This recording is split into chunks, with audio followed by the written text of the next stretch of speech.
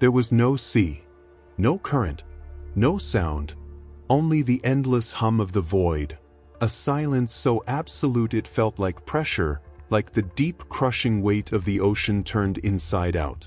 And through that silence, something moved. The warp parted like a wound being torn in flesh.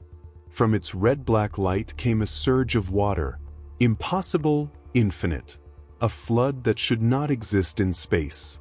It spiraled through the vacuum in glowing arcs, droplets becoming stars for brief moments before freezing, scattering like dust. Within that cosmic tide drifted a single form, a man encased in gold and green, body still, eyes closed, as if dreaming beneath the surface of eternity. Arthur Curry, Aquaman. He had fallen through the breach between realities, one ocean collapsing into another. The seas of Earth were gone. Their echoes had carried him into the currents of the Imperium. The warp had devoured worlds, gods, souls. But it had never known water, and so it spat him out. He crashed into a planet that should have been dead. The atmosphere tore as he fell, a meteor trailing rivers of light. Silence. Stone. Salt. When Arthur awoke, he lay upon a plain of cracked seabed. He pressed a hand into the ground, dry, brittle, powdered salt that once was an ocean floor. 1,000 miles of nothing stretched in every direction, shimmering faintly beneath the distant sun.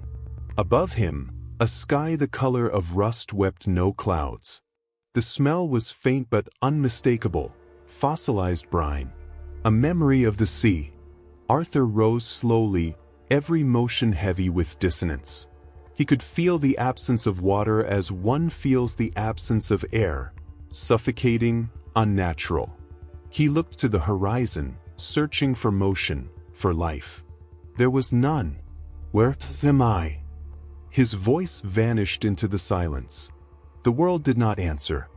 He closed his eyes, reaching out with the sense that had once allowed him to hear every living thing beneath the waves, the pulse of plankton, the songs of leviathans, the whisper of coral.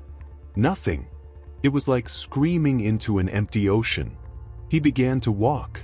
Hours, maybe days, there was no sun's arc to measure time. Only the echo of his footsteps, soft against ancient sediment.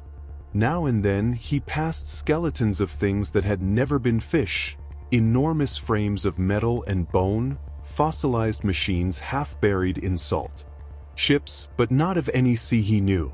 Each bore sigils of a winged skull, rusted beyond recognition. The remnants of a navy that had forgotten what water was. Arthur paused before one, a massive, half-buried vessel, its prow shaped like an eagle devouring lightning. He placed a hand upon its hull. It thrummed faintly, a heartbeat trapped in the grave. A machine spirit, sleeping. Even your oceans died screaming, he murmured. He looked down at his reflection in the dull metal, a king of a world that had drowned itself long before he arrived. The horizon shimmered. For a moment he thought it was heat mirage. Then he saw movement, glimmers of blue light dancing along the ground. He followed, drawn by instinct, until the terrain dropped into a vast crater, a basin of glass and shadow. At its center, a pool of liquid still existed. Small, faint, glowing like molten sapphire. Water. He dropped to his knees beside it, disbelief and awe mixing in his chest. The liquid shimmered like it remembered what it once was, alive, ancient, whispering. He dipped his fingers into it. It was warm. And then voices. Faint, flared. Not human. You bring the tide. You carry memory. We are not water. We are what remains of it. Arthur jerked his hand back. The pool rippled, forming patterns that looked almost like eyes.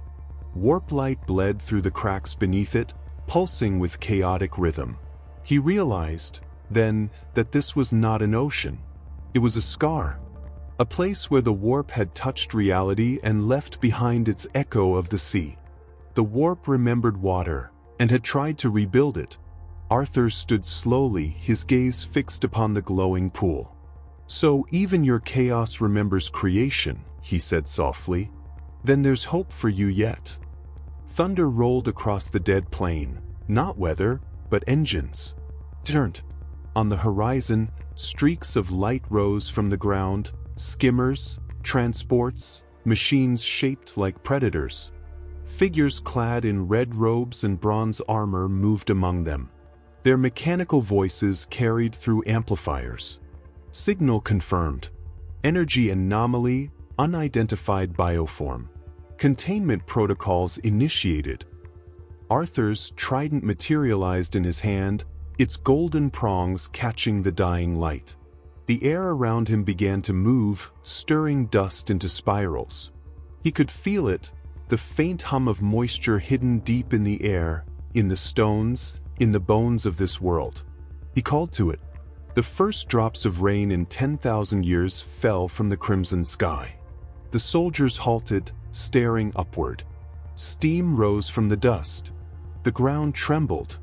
And behind Aquaman, the pool of false water began to rise, forming a column of liquid that coiled around him like a living tide. He leveled the trident toward the incoming machines. "You've forgotten what life feels like," he said. "Allow me to remind you." The wave struck. Engines screamed. Metal tore. The rain became storm. When the dust settled, the desert was quiet again. Bodies, mechanical and human, lay scattered, half buried in fresh mud. Aquaman stood at the center, breathing slowly, the trident dimming in his hand. The rain eased, leaving rivulets cutting through the salt. He looked to the sky, where the first clouds were forming, real clouds, not of ash but of water. For the first time in millennia, this world was wet. He closed his eyes. For a heartbeat, he could almost hear the ocean again. And somewhere deep beneath the planet's crust, something heard him back. The pulse. Slow. Massive. Awakening. The rain did not last. By dawn, if it could be called that, the clouds had vanished, leaving the sky pale and brittle once more. The earth steamed, the newborn puddles evaporating as quickly as they had formed. What little life Aquaman had coaxed from the heavens was swallowed by the heat of a dying world. He stood upon a plateau of scorched salt, trident planted in the earth, eyes fixed on the horizon where the false sea had once lain.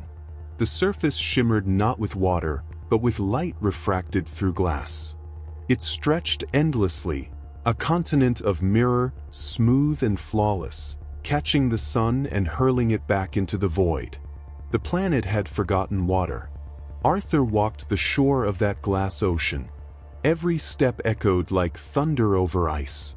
Beneath his feet he could see shadows frozen in the depths, shapes of fish, coral, and leviathans, sealed forever in the translucent crust. The last motion of a world, preserved at the moment it died. He knelt and brushed the surface. It was warm, not from life, but from decay. The planet's core still bled heat, trapped beneath centuries of vitrified memory. He pressed his hand to the glass and closed his eyes.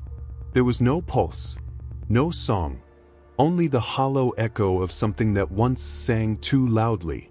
"You drowned in silence," he whispered. Far above, the Mechanicus skimmers circled in wary formation, scanning the anomaly their soldiers had failed to report back from. They saw him, a lone figure moving across the wasteland, haloed in heat distortion. Their sensors labeled him Xenobioform Class Unknown. The Vox crackled with the voice of the commanding Muggos. "Initiate Auspex relay. Record all movements. The subject interacts with matter beyond machine permission. Observe, do not engage." Their lenses watched as he reached the edge of the glass sea and raised his trident high. A tremor rippled outward, faint, deliberate. The glass beneath him sang. It began to shift.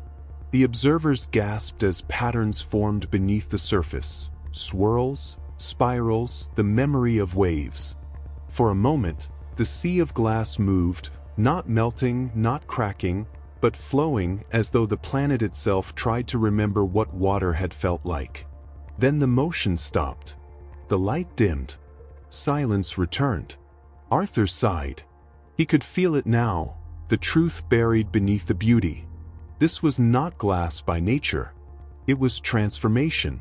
The entire ocean had boiled away in one instant, turned to crystal by some weapon or cataclysm so fierce it had frozen motion itself. He drove his trident into the crust. The impact echoed through the plane like thunder through hollow bone.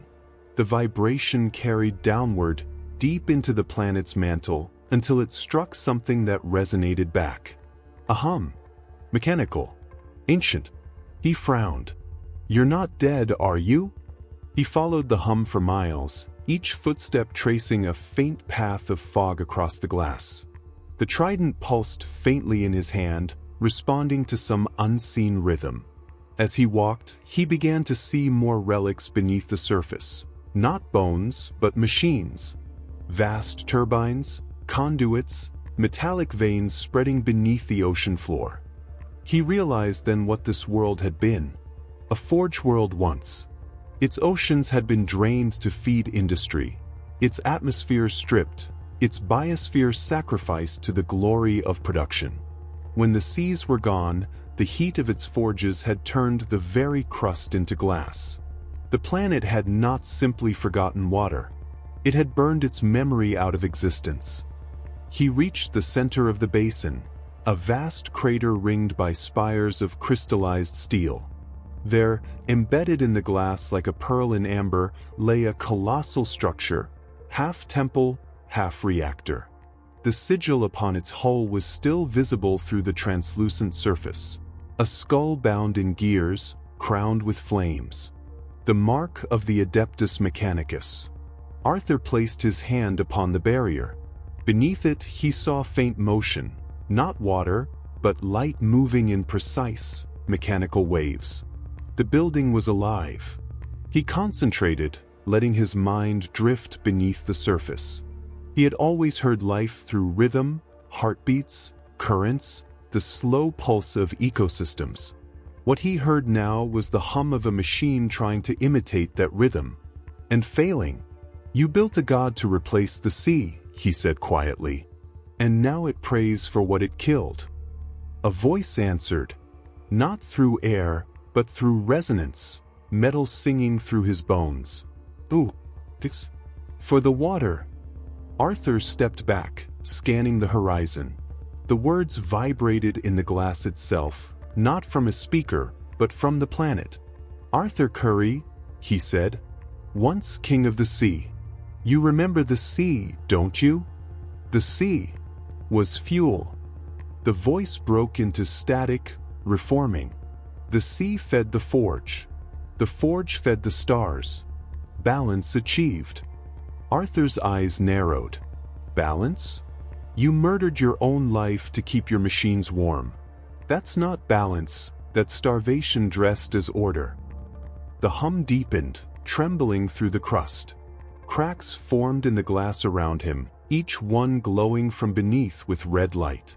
"The ocean returns." "Not yet," he whispered.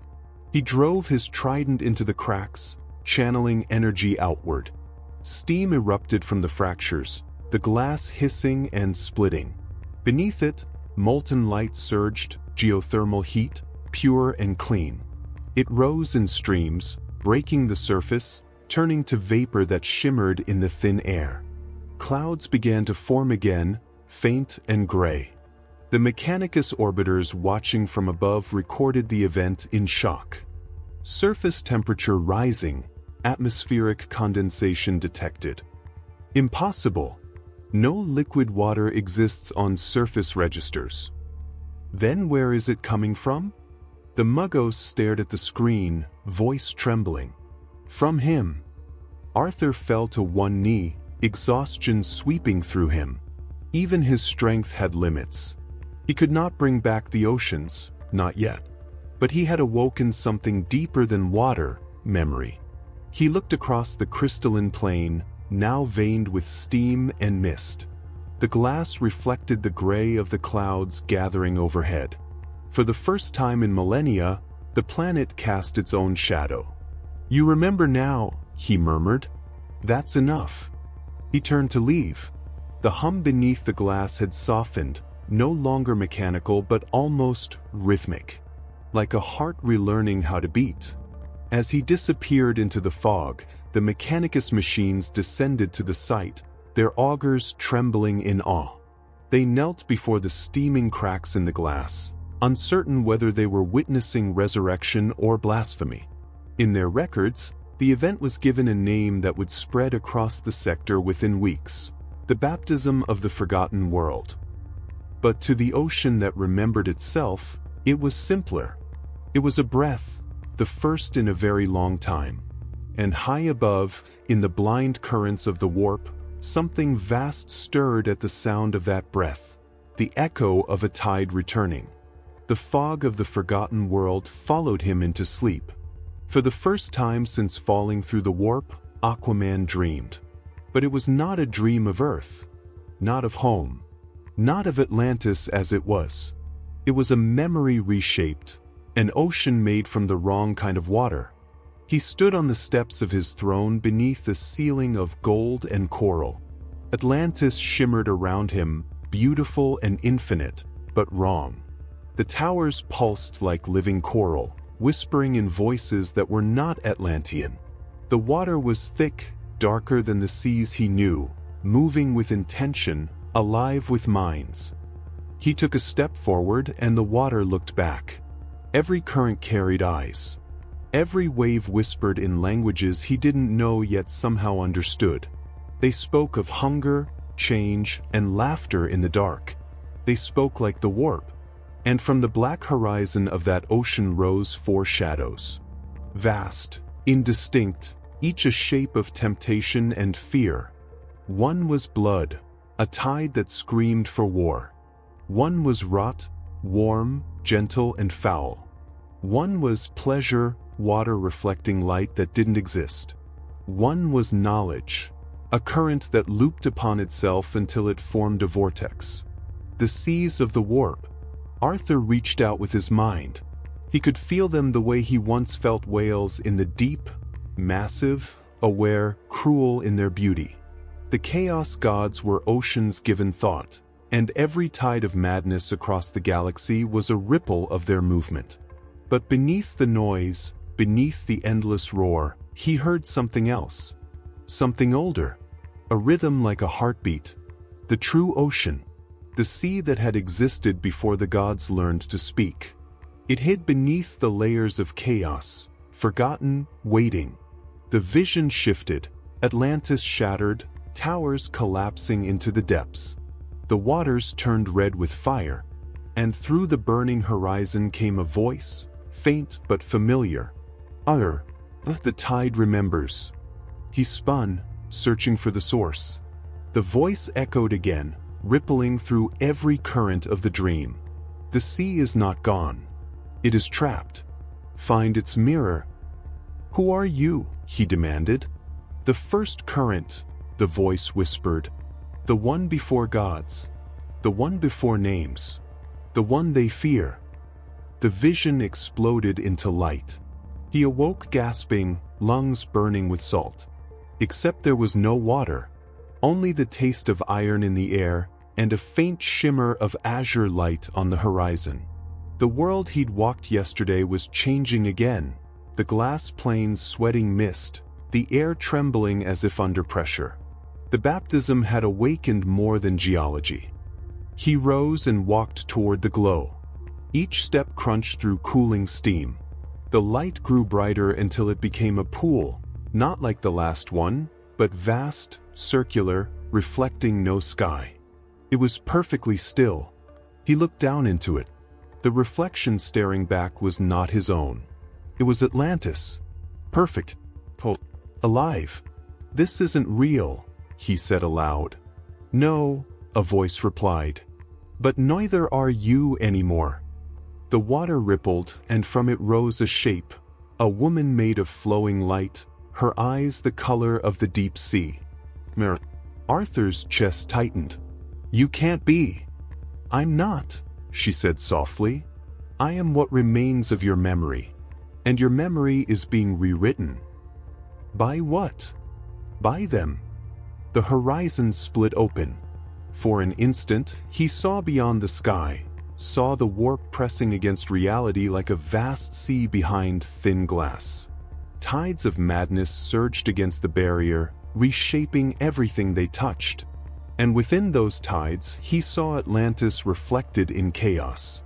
Every coral spire became a demon spine. Every fish turned to ash and laughter. Every face became his own, twisted by devotion. The warp was not destroying his memories. It was mirroring them. The sea itself was alive in chaos, and it remembered him. Arthur sank to his knees beside the still pool, staring into its impossible depths. He could feel the pull of the warp beneath, like an undertow dragging at his soul. He clenched his fist. If chaos carries the reflection of the ocean, then the ocean is not lost. The reflection of Mara knelt beside him, her form flickering like a candle in wind. "If you follow that current, you will drown." He smiled faintly. "I've drowned before." He touched the surface of the water. In an instant, the world vanished. He fell through layers of vision, through glass and memory and flame, until he stood at the bottom of a vast abyss. There was no light, no sound, no sky. Only pressure, the kind that crushed even gods. And from that darkness, a whisper. "Welcome back, King of the Drowned." Something immense stirred, not hostile, not kind, simply aware. It moved like a current through his mind, brushing against every thought he had ever tried to bury. He saw Atlantis in ruin. He saw the surface burning. He saw the gods of chaos turning toward him, curious, like predators smelling a new ocean to claim. And he saw the heartbeat again, slow, patient, waiting beneath everything. The first current. Arthur gasped and broke the surface. He was back on the glass plane, the reflection gone, the mist cleared. The horizon was dark now, storms gathering in silence. He stood alone, dripping with sweat, breath shaking. The vision was gone, but the awareness remained. The warp was not only chaos. It was the ocean of souls, and its tides were rising. He looked to the sky, where faint ripples of light shimmered like waves. "If you're alive in there," he said softly, "then I'm coming for you." The trident hummed in his grip, resonating with distant thunder. Somewhere in the deep between realities, the chaos gods turned their gaze toward him. And for the first time in eons, they felt something unfamiliar stirring within their sea. Not fear, not hate, recognition. The storms came at dawn. Thick clouds rolled across the pale sky, heavy with chemical rain that hissed as it fell, droplets that burned the ground into glass with every impact. The air smelled of iron, oil, and ash. It was not a storm born of nature, but of machinery that had outlived its masters. Aquaman stood on the shore of the new sea, a vast, boiling expanse of black fluid that shimmered like mercury. This was no water, it was industrial runoff, alive with toxins and memory. Each wave foamed green, bubbling with gas that choked the air. And in the heart of that poisoned sea, something was dying. He saw it through the haze, a vessel of the Adeptus Mechanicus, a floating fortress built like a cathedral of iron and prayer. Its towers belched smoke and light, and its hull cracked as though the ocean itself rebelled against its weight. Thousands of red-robed acolytes scurried along its decks like ants in ritual motion, their metallic voices chanting binary prayers to appease the machine spirits that were already screaming. The vessel was sinking. Lightning struck its hull, a pillar of green flame. Entire sections collapsed into the acid water. Servitors fell from the sides, their flesh melting before they hit the surface. Aquaman could feel it even from the shore, the desperation. Not of men, but of machines crying for help. He waded into the acid sea. Each step hissed, the toxins eating into his armor. The pain came quickly, searing, electric, but he pressed on. He had fought in the depths of black holes, in the trenches of alien oceans. He would not yield to corruption disguised as water. The sea parted around him, forced back by his will. The toxins recoiled, steam rising as he passed, leaving a narrow corridor of churning green behind. The ship's Vox systems flared, detecting him. Unidentified anomaly approaching at Vector 01. Form displaced, biological. Source unknown. Threat level indeterminate. Muggos engineers gathered on the observation decks, augmetic eyes whirring as they magnified his image. What they saw should have been impossible. A figure striding unharmed through the corrosive sea, trident in hand, eyes glowing faintly gold beneath the storm. The Muggos of the vessel, Dominus Carathin, stared through the mist. Impossible. No flesh may walk through the Black Sea. Machine spirit protect us, or reveal. The Mechanicus recited another litany, equal parts prayer and command. Their auspex readings flickered, overwhelmed by anomalous energy. Moisture, actual, clean moisture, spread outward in waves from the stranger's body. Moisture, in the void, one acolyte whispered. The anomaly creates purity. They fell to their knees. He is the Omnisia's reflection, another breathed. The machine that wept made flesh. Aquaman reached the ship's hull. It groaned like a dying whale, its metal bending inward under the sea's pressure.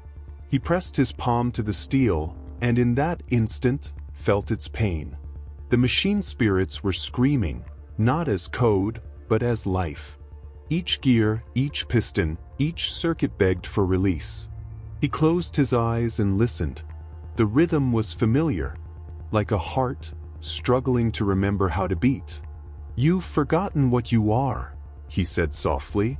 "Not metal, not God, just motion." He called upon the tide within him, not the ocean of Earth, but the greater ocean he had begun to feel since falling into this galaxy. The sea beneath all seas, the pulse of creation itself.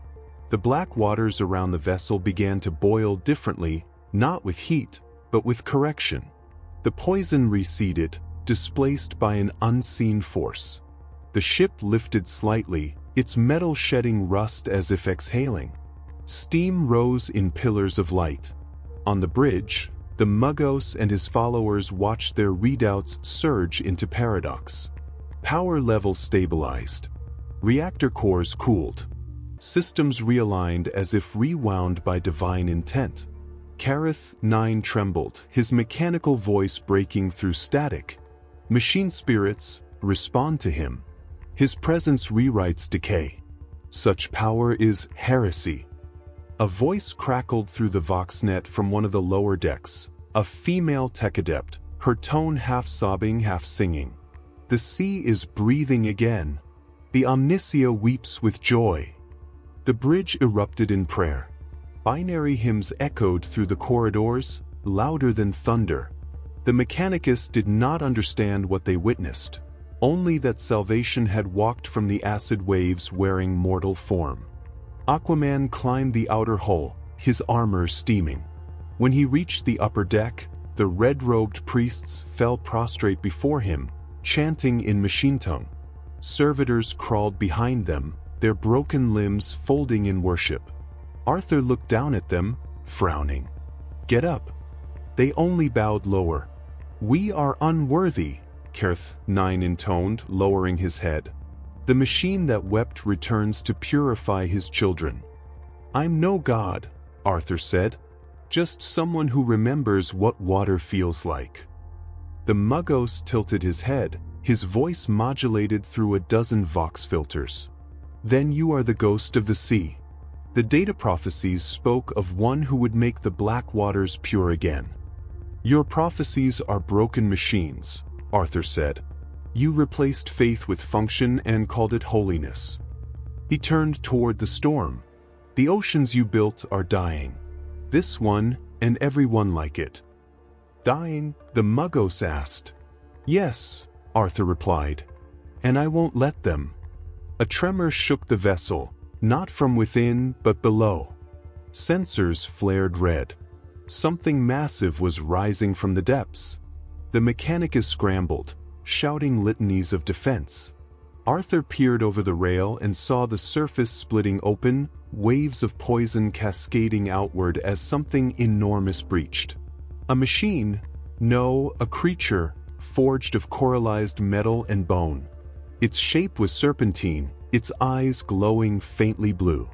It bore the sigil of the Mechanicus upon its skull, and beneath that, something older, the mark of a Leviathan engine, half demon, half machine. By the Omnisia, Earth 9 whispered. It still lives. Arthur could feel its agony radiating outward. It was a machine designed to drink the toxic oceans, to cleanse them through suffering. But in the process, it had become addicted to the poison. Its body split open, releasing torrents of black fluid as it screamed through a mouth that wasn't supposed to exist. The Muggos shouted orders. All weapons to bear. Purge the Hairtech engine. Arthur raised a hand. No. He dove from the deck. The water accepted him like home. He struck the Leviathan at its core, trident glowing like a sun beneath the dark sea. The creature's massive eyes rolled, recognizing something ancient in the figure before it. He reached into its mind, through metal and madness, and found the faint pulse of what it once was, a machine built to save. Remember what you were, he whispered. Not a weapon. A purifier. The Leviathan shuddered. Its glow shifted from sickly green to pale blue. It exhaled, not acid, but steam. The waters around it began to clear, the black fading to gray. On the surface, the Mechanicus vessels stabilized again, their alarms falling silent. Careth 9 stared down at the ocean that was now calm, its reflection silver and alive. He commands even the holy engines, he murmured. The Omnisia's ghost weeps for us indeed. When Arthur emerged from the waves, the Leviathan sank behind him, finally still. The priests fell silent, watching him. He walked past them without a word, his armor dripping with pure water that hissed as it touched the metal deck. He paused beside Careth 9, who knelt, trembling, half-machine tears streaking down his synthetic cheeks. You've been drowning for centuries, Arthur said quietly. Learn to breathe again. And with that, he stepped off the deck and vanished into the mist. In the logs of the Mechanicus vessel Contus Primaris, the event was archived under the title, Miraculum Lamentis, the day the machine wept. They would call him many names after that, the drowned saint, the Aquan prophet, the breath of the Omnisia. But to the sea he had purified, and to the machine that had finally stopped screaming, he was something simpler. A reminder that even in a universe of rust and ruin, the tide can still rise. The story spread like rainfall in a desert, whispered first by trembling tech adepts on Mars, then by astropaths whose dreams turned to waves, then by soldiers who swore they saw storms where there should have been none. They spoke of a man who walked through acid and made it clean, who spoke to the machine spirits and made them weep, who called water out of nothing. In a galaxy that had forgotten oceans, that was enough to create a religion.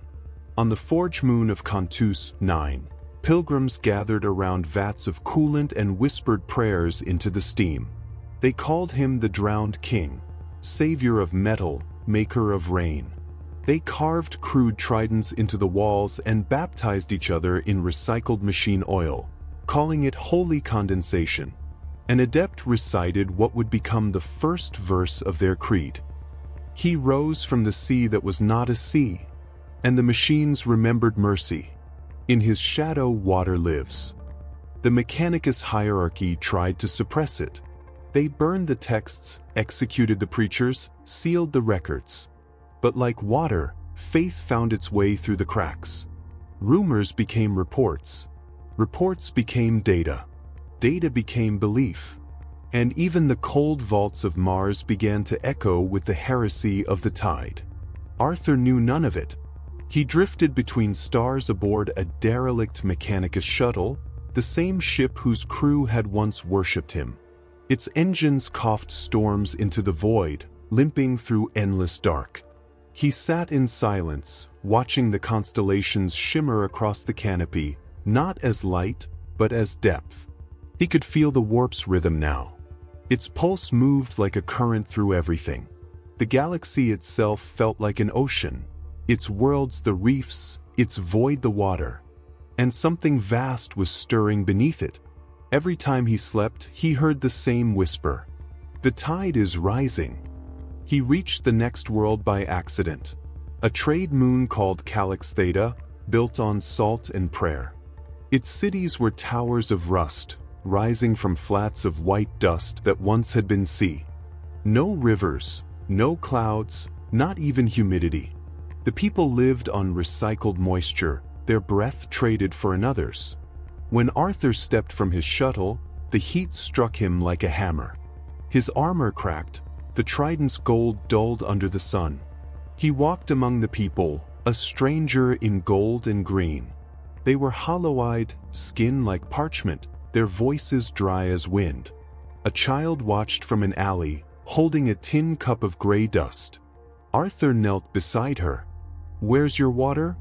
She laughed, too dry to truly laugh. "We sell it to the priests." He took the cup. Nothing but salt.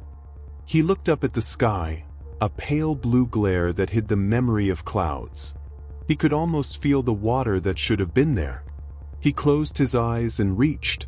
The ground trembled. The air thickened. Dust rose and began to spiral. The people stopped, staring. Vox towers screamed static, and the heat broke. It began to rain. Not storm, not flood, just rain. Clean and cool, falling from a sky that had forgotten how. The people froze. A child opened her mouth to catch a drop, tasting water for the first time in her life. Arthur stood still, trident lowered, the rain hissing against metal. For a heartbeat he smiled. By nightfall the world knew. By morning, the cult of the drowned king had arrived. They came from orbit, Mechanicus robes soaked in oil and salt, voices chanting in binary rhythm. They knelt before him. Plus plus plus blessed be the Hydra Saint plus plus plus. Plus plus plus the Waterwrath plus plus plus. Plus plus plus the living code of balance plus plus plus. Arthur stared at them, rain running down his armor. "I'm no god." Their leader, a gaunt woman, lungs wheezing through metal filters, raised her hands. "The seas you've made say otherwise."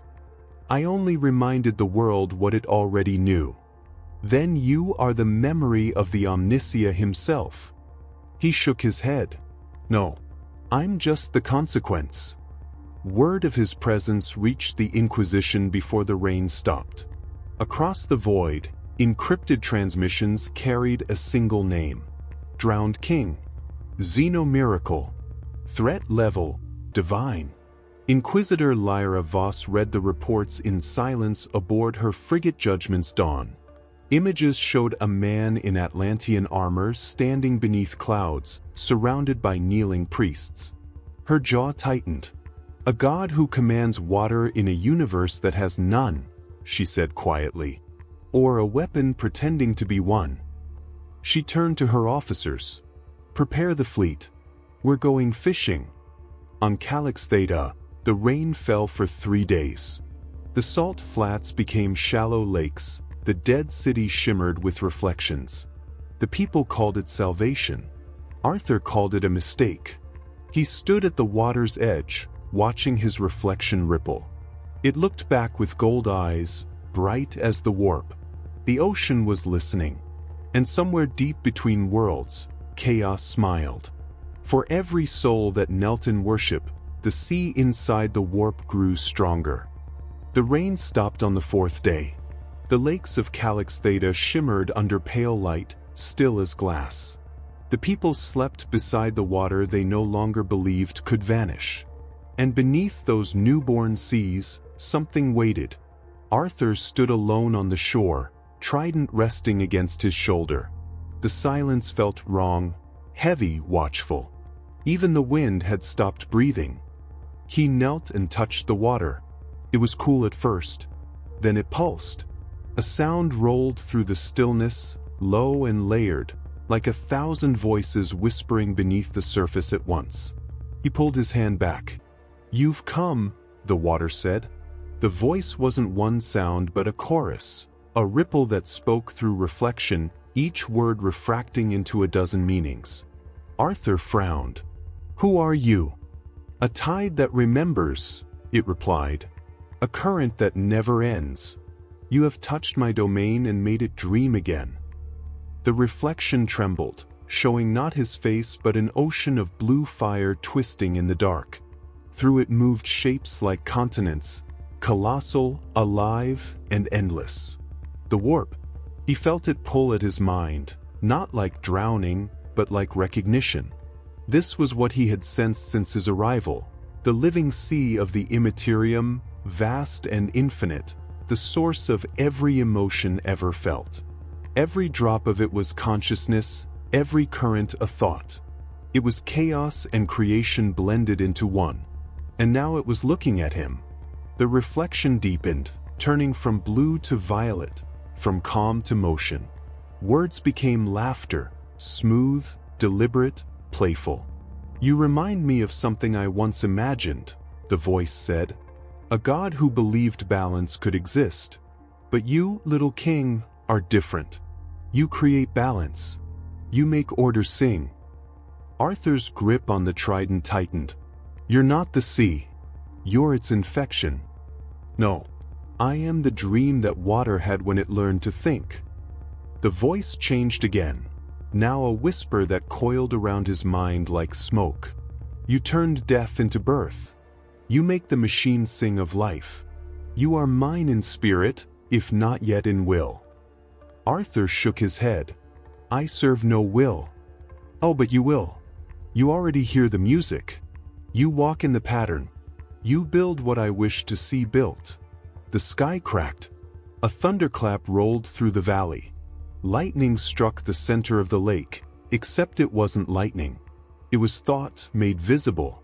From the impact spread ripples of light that rose into columns of water suspended in the air, each one shaped like a twisting human form.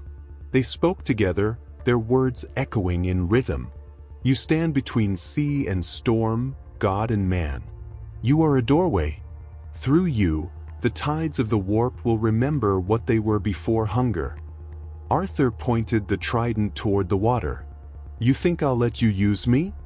"Use you?" the voice laughed. "No, my dear king. You are me. A current given flesh. You fell from the void because the sea wanted to know what it felt like to touch itself." The laughter grew. The water around him began to spiral, forming a vortex that stretched skyward. Within it he saw visions, flashes of himself reflected across time. Worlds where the oceans were red with blood. Worlds where they boiled with decay. Worlds where he ruled them all. He saw Atlantis as a crown of fire, its people kneeling not to him, but to the waves themselves. He saw a future where every drop of water across the stars spoke his name. Sench whispered, "See what you could become." Arthur staggered, caught between vision and reality. The temptation wasn't power, it was belonging. He had always been half man, half god, never fully either. Now the warp offered him an ocean that needed him as he was. He closed his eyes. "You offer illusion," he said quietly. "I offer truth," the voice replied. "You offer noise. And you offer silence. Together we make music." He drove the trident into the lake. The sound shattered the illusion. The vortex collapsed, throwing spray into the air. The water darkened, then froze in place, solid as glass. The laughter faded into the horizon, softer now, almost fond. "You cannot unhear me," it said. "You are my reflection, and reflections always return." Arthur pulled the trident free, breathing hard. The water beneath his feet cracked and bled light. "Then let the sea remember this," he said. "I am no reflection." He struck again, sending a wave of force across the lake that split it in two, water and light parting like curtains. The glow faded, the whispers stilled. When he looked up, the sky was clear again. The new sea lay calm, its surface unbroken, its voice silent. But deep beneath, he could still feel the pulse, the faint rhythm of something laughing far below. He turned away from the water, his reflection following for a moment longer than it should have. Then it smiled, not cruelly but knowingly, before vanishing into the ripples. Arthur walked toward the horizon, the trident humming low. Each step left a faint glow that the sea swallowed behind him. Above, in the unseen currents of the warp, Sench whispered to the other gods.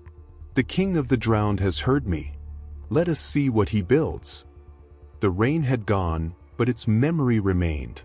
Across Calyx Theta, the shallow lakes shimmered under a dull sun, their stillness hiding the life that had begun to stir. Tiny shapes moved beneath the water, translucent organisms, fragile and new, born from dormant spores awakened by the storm. The planet was breathing again. But life, in the galaxy of the Imperium, never survived unnoticed. The scavengers came at dawn. Their ships broke through the gray sky like falling blades, wings of rust and plasma flame. They were heretics, renegade mechanicus who worshipped the machine not as faith but as hunger. They stripped worlds bare, carving the last metals from dying planets and selling the bones to chaos. Their augurs had detected something priceless on Calyx Theta, organic regrowth. The promise of new genetic material in a system that had been sterile for millennia. To them, it wasn't a miracle. It was inventory. The first transport slammed into the salt plain, sending shockwaves across the lakes. Dozens of red-armored scavengers poured out, mechadendrites clicking, cutting torches hissing to life. Their leader, Mugos Hertech Vorax Theta, raised his staff and surveyed the misty basin below. Biogenic contamination confirmed. Water signature at 23%. Recover and extract. Burn the rest. Engines screamed. The lakes began to boil as plasma cutters struck. What had been reborn was dying again, and it took less than an hour.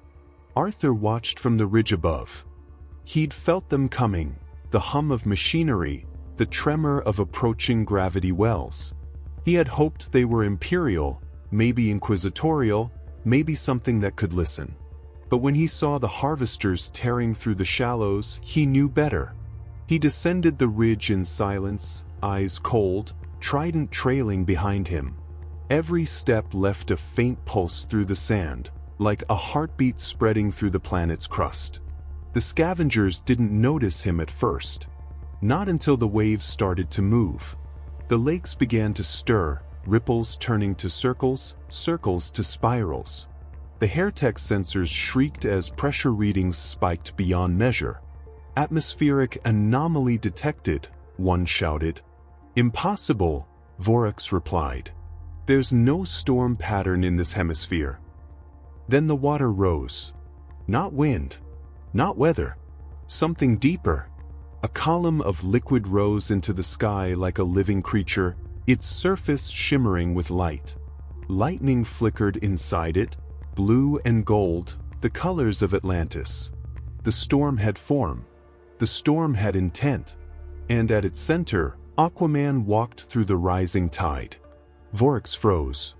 "Identify that life form." A servo skull hovered before him, recording, scanning, trembling. No classification found. It stuttered. Energy output, immeasurable. Arthur stopped at the base of the slope. The Hertechs turned their weapons on him, barrels glowing red. "Leave," he said. Vorax laughed through his voxynth. "We are the Mechanicus unfettered. We take what we want. This world is raw material. You are an anomaly. Arthur's gaze shifted to the lakes, to the faint shimmer of life now burning away under their plasma fire. Then you've already signed your sentence. He raised the trident. The air broke. The sound was not thunder but something older, deeper, the pulse of a world remembering its tides. Every molecule of water within miles answered him. The lakes erupted, forming walls of liquid that climbed the sky, merging into a ring of storm. Winds screamed through the valley, tearing ships from the ground. The scavengers fired their weapons, but their bolts turned to steam before they reached him. Arthur strode forward, eyes burning with sea light. Behind him, the waves followed like an army. He struck the trident into the ground. Lightning cascaded through the basin. The water roared into motion, folding over itself, forming a tidal wall hundreds of meters high. The Heretics broke ranks, screaming prayers to the machine god that would never answer. Vorax tried to run. The tide caught him mid-step, lifting his body and hurling it into the sky. The storm consumed everything. Ships, machines, fire, all swallowed by the sea. When it was over, silence returned. The valley was a crater of rain. Steam rose in slow, ghostly shapes that almost looked like the people who had lived there. Arthur stood in the middle of it, chest heaving, trident still humming. The water lapped at his boots, clean now, clear again. He looked down. Tiny creatures swam around his feet, unbothered by the storm that had destroyed everything else. Life enduring in spite of destruction. He knelt, scooping a handful of water, letting it run through his fingers. "I didn't come here to be your god," he said quietly, "but maybe I'll be your shield." High above, aboard orbiting Mechanicus frigates, augurs recorded what they could not understand. All readings pointed to the same impossible truth. Atmospheric water levels had increased by 400% and the planet's surface temperature had stabilized. The message was relayed to Mars, to the Inquisition, to 1,000 praying hands. Each record carried the same designation: manifestation of the drowned king. Phenomenon: ocean's wrath. From the warp, faint laughter echoed through the void. Sencha's voice rippled like water over glass. "He brings storms where there were none," the changer of ways murmured. "And every storm changes everything." Arthur stood alone under the fading clouds, staring at the horizon. He could feel the warp watching. He could feel the gods waiting. The rain fell again, not as a blessing this time, but as warning. The rain on Calyx Theta had barely faded when the black ships arrived. They broke through the cloud cover like obsidian blades, silent and vast, their hulls carved with sigils that bled faint light, the mark of the Inquisition. Where the Mechanicus spoke in hymns of logic, the Inquisition spoke only in decrees. At their center flew the frigate Judgment's Dawn, its prow shaped like a screaming angel. Within its command sanctum stood Inquisitor Lyra Voss, her black carapace armor glinting in the light of the tactical holomap. Her pale eyes reflected the planet's surface far below, the new oceans that shimmered where none had existed before. "Begin planetary lockdown," she said. "Quarantine all channels. No astropathic communication leaves this system." Her voice was quiet, but it carried the weight of absolute authority. Every officer on the bridge obeyed without question. Lyra studied the display, readings of atmospheric moisture, seismic patterns, biosignatures. All impossible. All wrong. "The reports were true," she murmured. "He remade the world."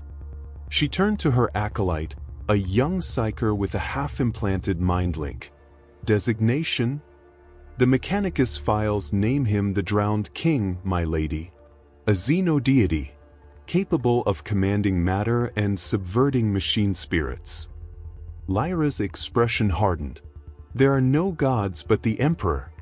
She closed her eyes, whispering the litany of truth under her breath. When she opened them again, the decision was already made. "By the authority of the Ordo Hereticus," she said, "I brand this being the drowned heretic." Her voice carried through the Vox networks, transmitted to every ship and every listening outpost in orbit. A single line of Imperial code followed the order. Deus Zeno, Hereticus, Prime. Mandate, capture or exterminate. Down on the surface, Aquaman stood upon the ridge above the flooded plains. He felt the pressure before he saw the ships, a psychic gravity that pushed against his skin, sharp and heavy. He knew that feeling. Judgment. The sky fractured as dropships descended, wings cutting through the clouds. He could hear their engines like a heartbeat in the air. "They're fast," he said to himself. "Faster than faith spreads." He turned toward the valley where the people had gathered, the ones who had survived the heretics, who now lived on the shores of his new sea. They stared up at the descending ships, terrified. He walked among them, voice steady. "Stay away from the water. Stay hidden. Whatever comes next isn't for you." One of the former cultists, the same gaunt woman who had led the binary chants, knelt before him. "They come for us, my lord?" "No," Arthur said quietly. "They come for me." The first inquisitorial strike team landed within the hour. Dozens of stormtroopers disembarked in perfect formation, their armor black and marked with the eye of the Inquisition. Each carried weapons designed not for war, but for extermination. At their center walked Lyra Voss. The rain slid down her armor, hissing against the purity seals that covered her gauntlets. She stepped into the wet sand, her boots sinking an inch deep. Even that much water disgusted her. Arthur stood waiting by the water's edge, trident resting at his side. He looked like something ancient carved from myth, half king, half storm. Lyra stopped a dozen paces away. Neither spoke at first. Only the wind moved between them. "You've made quite the mess," she said finally. "I gave them rain," he replied. "You gave them heresy." He tilted his head slightly. "You call it heresy when the universe remembers what it's supposed to be?" Her eyes narrowed. "The Emperor remembers for us. No one else." "Then your Emperor has forgotten how to breathe." A murmur rippled through the soldiers behind her, but Lyra raised a hand. "You are no god, no saint. You are a distortion, a reflection of the warp-wearing mortal flesh." Arthur's expression didn't change. "If I were, your men would already be dead. And yet you drown worlds. You summon storms. You speak to the machine spirits as if they were children. You are an abomination, and abominations don't get to plead innocence." He looked past her at the soldiers, human faces under helmets, tired and afraid. "If I surrender, will you spare them?" Lyra frowned. "You think this is mercy?" "No," he said. "It's balance." She hesitated, her gauntlet tightening on the grip of her plasma pistol. There was something in his voice, not arrogance, not defiance, but conviction. The kind that made her think of the Emperor before the throne. "I have orders," she said at last. "Then follow them." He stepped back into the water. The soldiers opened fire. Plasma bolts struck the surface, sending waves of steam skyward. Arthur raised the trident, deflecting the bursts that came near, letting the rest melt harmlessly into the tide. The water around him shimmered, shifting in color, not blue, but a deep green laced with gold. The storm came without warning. Winds roared through the valley, waves rose from still water, lightning tore across the clouds. The troopers staggered, formation breaking. Lyra stood unmoving, cloak whipping in the gale. "You can kill me," Arthur shouted over the storm, "but every drop you spill remembers what I've done." She aimed her weapon. "And the Emperor will erase every memory of you." She fired. The bolt hit him square in the chest. He fell backward into the waves. The storm ended as suddenly as it began. The water lay flat again, calm and mirror-like. Lyra lowered her weapon, heart hammering. "Scan for the body," she ordered. The Auspex officers moved quickly, but their readings came back blank. No heat signature. No trace of life. "He's gone, my lady," one whispered. Lyra stared at the water, her reflection staring back. But behind it, faintly, she thought she saw his face. Eyes gold and distant. "Watching." "No," she said. "He's waiting." She turned back to her ship. "Issue the order. Across all sectors."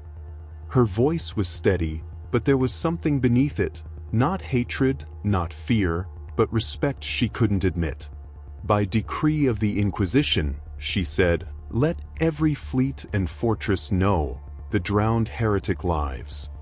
That night, deep beneath the waves, Arthur's eyes opened. The trident glowed softly in the dark. He looked toward the surface where the stars burned faintly above. "They're afraid," he whispered. "Good." The sea pulsed around him, answering like a heartbeat. And somewhere far away, in the eddies of the warp, Sench laughed quietly to himself. "Every hunt begins with hope," the god murmured. "And hope always drowns last." The red planet burned like an ember in the dark. From orbit, its surface was a scab of forges and factories, rivers of molten metal carving paths across endless plains of rust. To most of the Imperium, Mars was a holy world, the heart of the machine god, the first forge of men. To Arthur, it was a graveyard that still believed it was alive. He had come here because the sea called to him again. Not through the warp, not through dream, but through memory. A rhythm beneath all the noise, slow, deep, mechanical, yet undeniably alive. Arthur stood at the edge of a vast shaft, miles wide, cut into the Martian crust. Below him, steam rose in thick, glowing columns. The air shimmered with radiation and heat, and the sound, a faint, pulsing thrum, came from far below, echoing like a heartbeat through stone. The priests of Mars called this place the Abyssal Core, a coolant sea that lay beneath the forges, used to temper the weapons of Titans. A machine ocean. No one had seen its true depths. No one who tried had returned. Arthur smiled faintly. "Perfect." He stepped forward and fell. The descent lasted minutes, maybe hours. The air grew heavier, the light dimmed from red to black. He hit the surface like a meteor, the impact throwing plumes of steam into the cavern. The coolant wasn't water. It was metallic, thick as mercury, colder than death, its surface rippling with static. Yet as it closed over him, it felt familiar. He could sense the life within it, not organic, but intentional. The forges had turned this ocean into a living circuit, every molecule a conduit for energy. As he sank, the light of the surface vanished entirely. The only illumination came from the trident, its glow reflecting faintly off metallic waves. The deeper he went, the louder the pulse became. And with it, a whisper. "Welcome home." He reached the sea floor, or what he thought was the floor, and found an expanse of black metal stretching in every direction. Engraved upon it were symbols that no human had written. They curved and flowed like tidal runes, alive with cold light. Arthur knelt, brushing the sediment away. The moment his hand touched the metal, the ocean shuddered. Every molecule vibrated, singing a single, resonant note. He felt it through his bones, a sound too low to hear, too vast to comprehend. Then, from the darkness ahead, something moved. A shape emerged, enormous, serpentine, bound in chains of steel thicker than ships. Its body was fused with the sea itself, half solid, half energy, its surface shifting like liquid glass. Eyes opened along its sides, black suns glowing with inner fire. It was neither machine nor beast. It was both. The Leviathan beneath Mars. Arthur raised the trident slowly. "I'm not here to fight," he said. "I came because I heard you calling." The creature's voice wasn't sound. It was gravity, pressure in his skull, a presence that filled the water. "I did not call for you. I called for what you carry." Arthur frowned. "What I carry?" "The current. The memory of creation before the fall." He could feel its mind pressing against his alien, metallic, ancient. Images flooded his thoughts. A galaxy in flames, gods of light bound in cages of matter, the birth of the Tan. Stars screaming as they were devoured. And then silence. "You're one of them," he whispered. "No," the voice replied. "I am what remains." He looked closer and saw it. Deep within the Leviathan's chest, buried beneath layers of fused alloy, something glowed. A shard of crystal, pulsing with light that was not mechanical but cosmic. It beat like a heart, and every pulse carried echoes of power beyond reason. "A Tan fragment," Arthur said. "The shard of the Void Dragon," the Leviathan answered. "The Omnisia they worship above. The god they have chained in their engines. I am its dream, trapped beneath the red sands."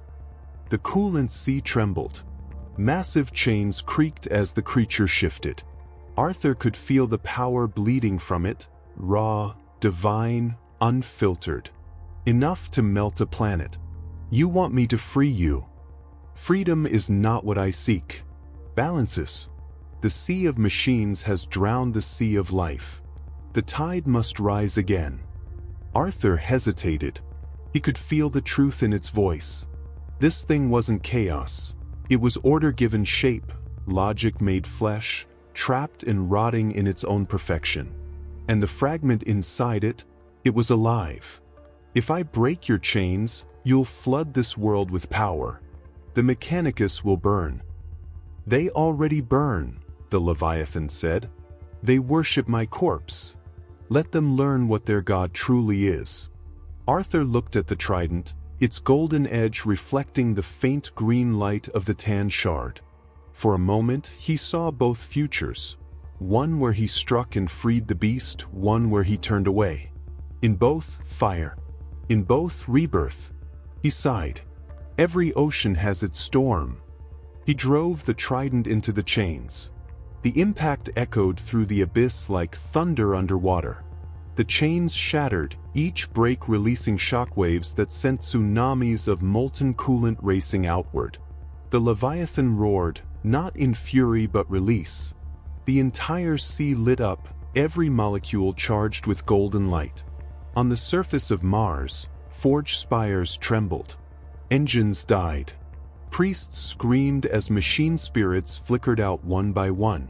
The red world shuddered as if taking a single, shivering breath.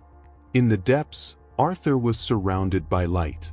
The Leviathan's form dissolved, its body turning to vapor and electricity. The fragment remained, spinning in the water like a miniature sun. He reached out and caught it in his hand. It pulsed once, sending a wave of energy through his veins. Visions flooded his mind, stars forming, collapsing, being reborn. The sound of the universe's first breath. Then silence. When the light faded, he stood alone in the still ocean. The Leviathan was gone. Only the fragment remained, resting quietly in his palm, glowing like a captured heartbeat. Arthur stared at it for a long time, then slipped it into a slot along his trident's haft. The weapon hummed in response, new runes lighting along its length. "You wanted balance," he whispered. "Then let's make it together." Above, the forges of Mars flickered back to life. The Mechanicus prayed louder than ever, mistaking the aftershock for divine blessing. They called it the miracle of the Red Sea.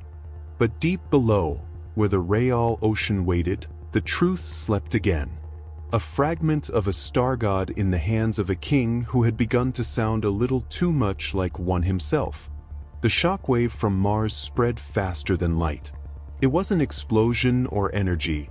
It was resonance, the vibration of something ancient remembering what it once was. Every machine, every living mind across the solar system felt it. Some as a hum in their skull, others as a voice whispering beneath their prayers. But on Terra, at the heart of the Imperium, it reached deeper.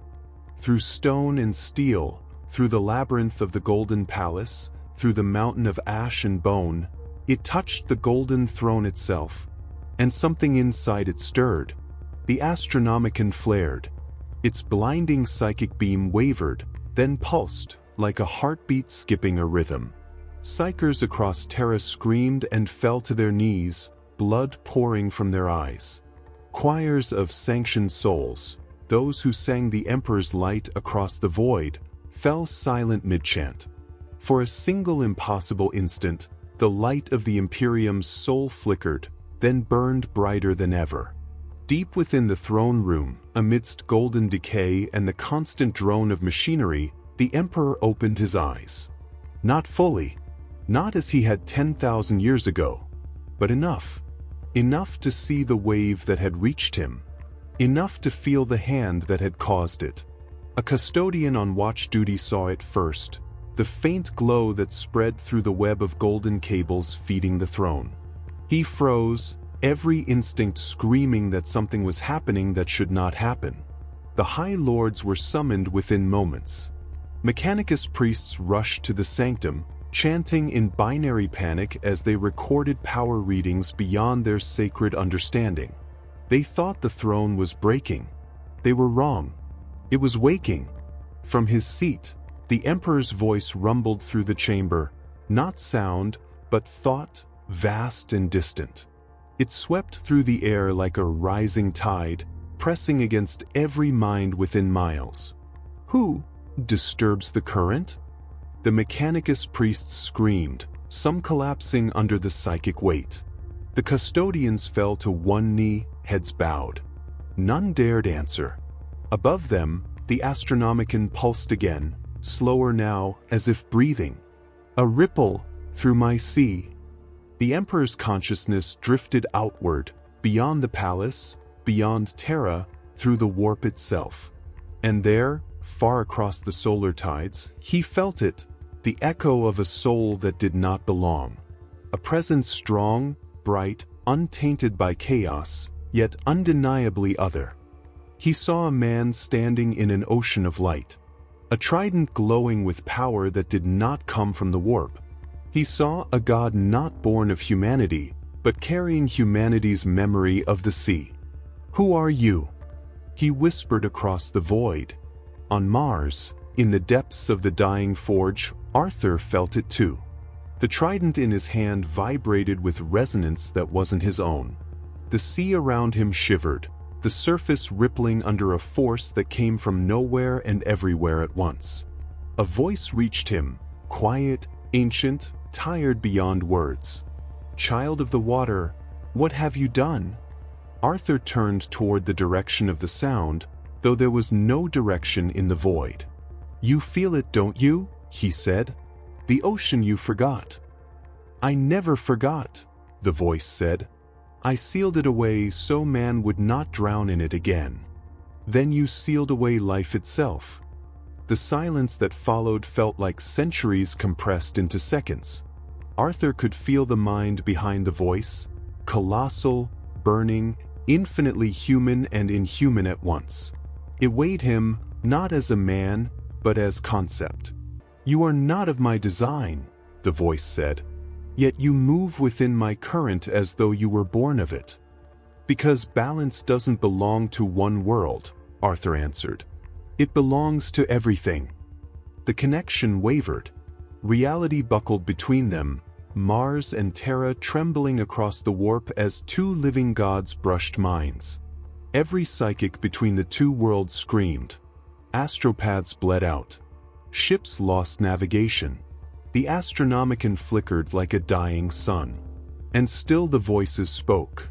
You would bring back the sea, the Emperor said.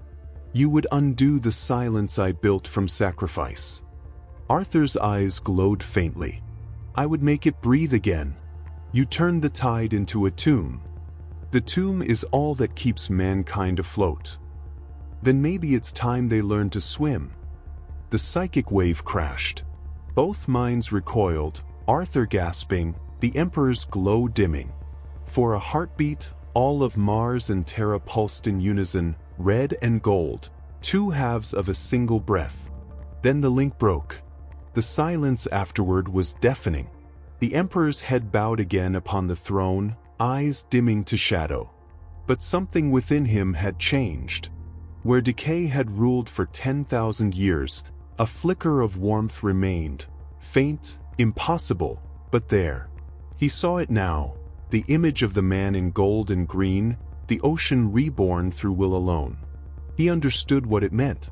The universe was moving again. The tide he had dammed was rising. A single whisper escaped his lips, unheard by the priests and guards who surrounded him.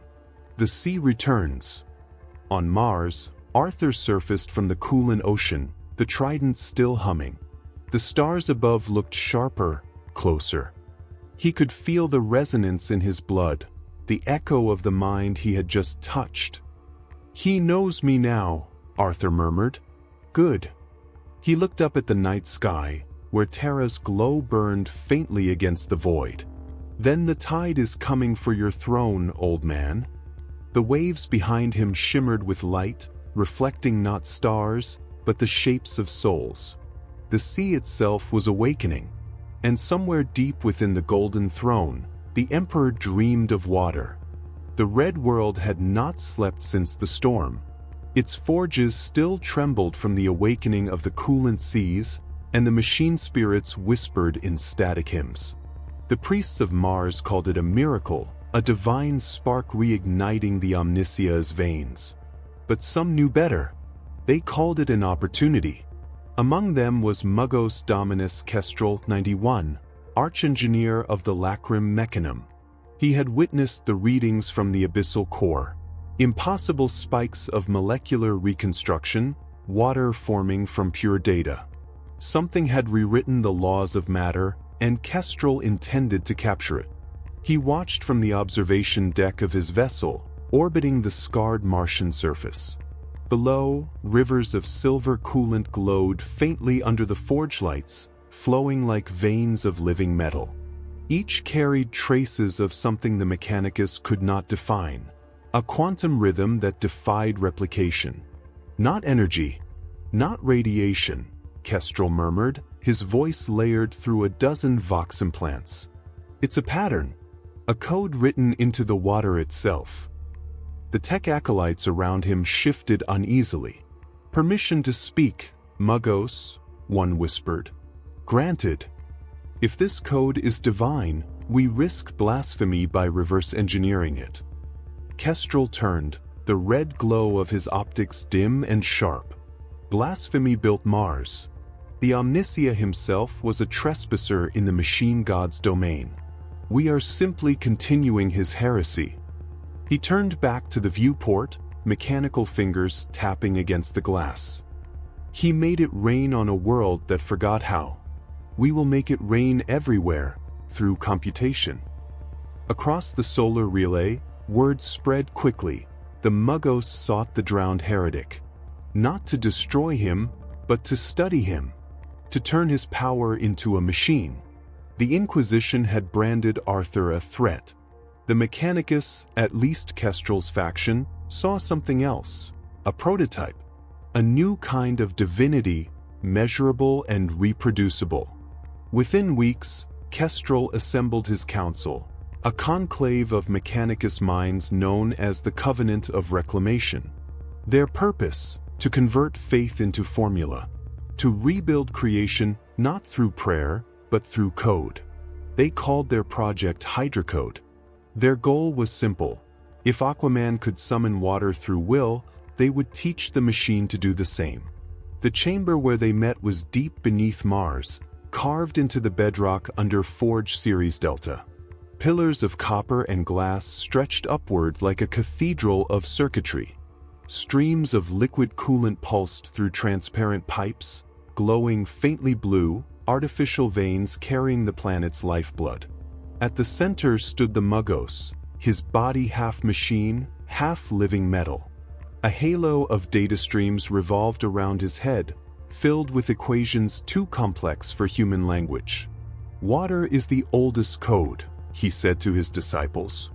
"Its logic is perfect. It adapts, it connects, it reflects. The drowned heretic has proven that it can be commanded. We will make it obedient." A voice from the crowd, hesitant, human. "You wish to enslave what he calls life itself?" Kestrel's optical sensors flared. "No, I wish to translate it. The Emperor shaped man from dust. I will shape man's future from liquid." They began their work in secret. Vats of artificial water were created, not true H2O, but quantum-coded fluid, its molecules encoded with shifting machine logic.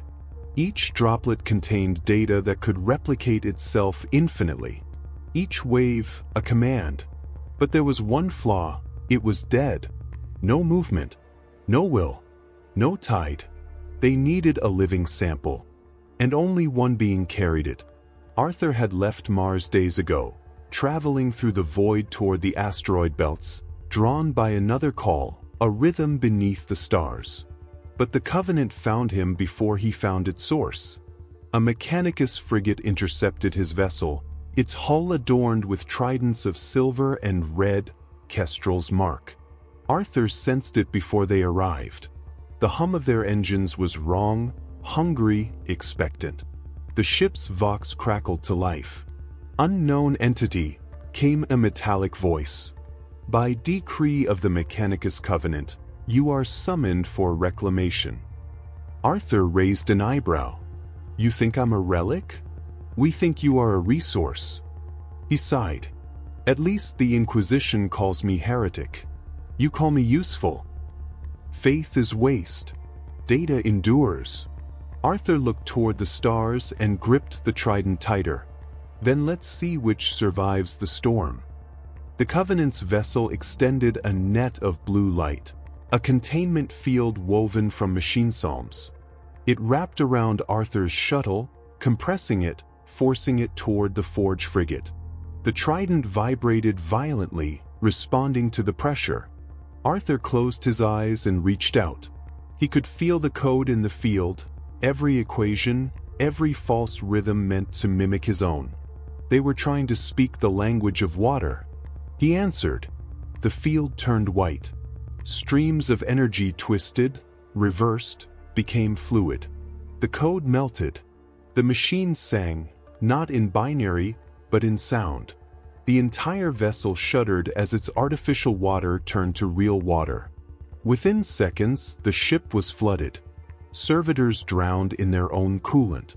The Covenant's data hymns devolved into screams. Kestrel staggered in the control chamber, sparks shooting from his augmetics.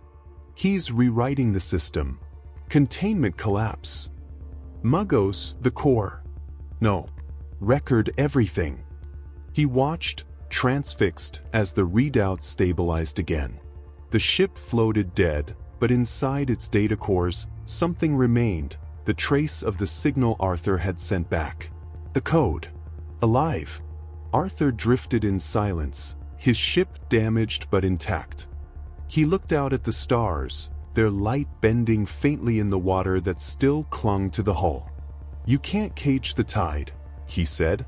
But deep below the wreckage, fragments of the Covenant's system were still active. And inside them, the Hydra code evolved. Lines of logic reshaping, replicating, learning. Kestrel survived, half drowned in the ruins of his creation.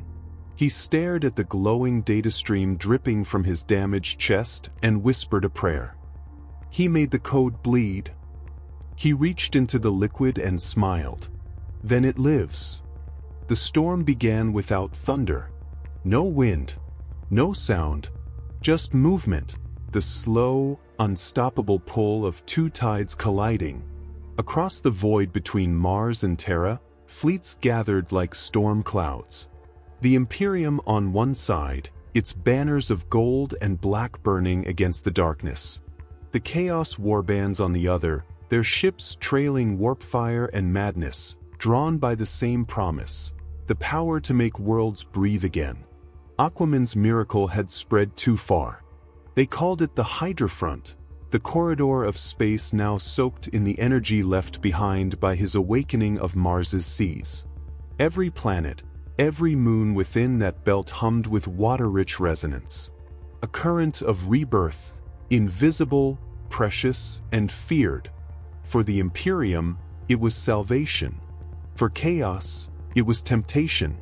For both, it was worth dying for. From the command deck of the Judgment's Dawn, Inquisitor Lyra Voss watched the fleets align. Her flagship hung above the crimson skies of Mars, flanked by Mechanicus warships and Imperial Navy cruisers.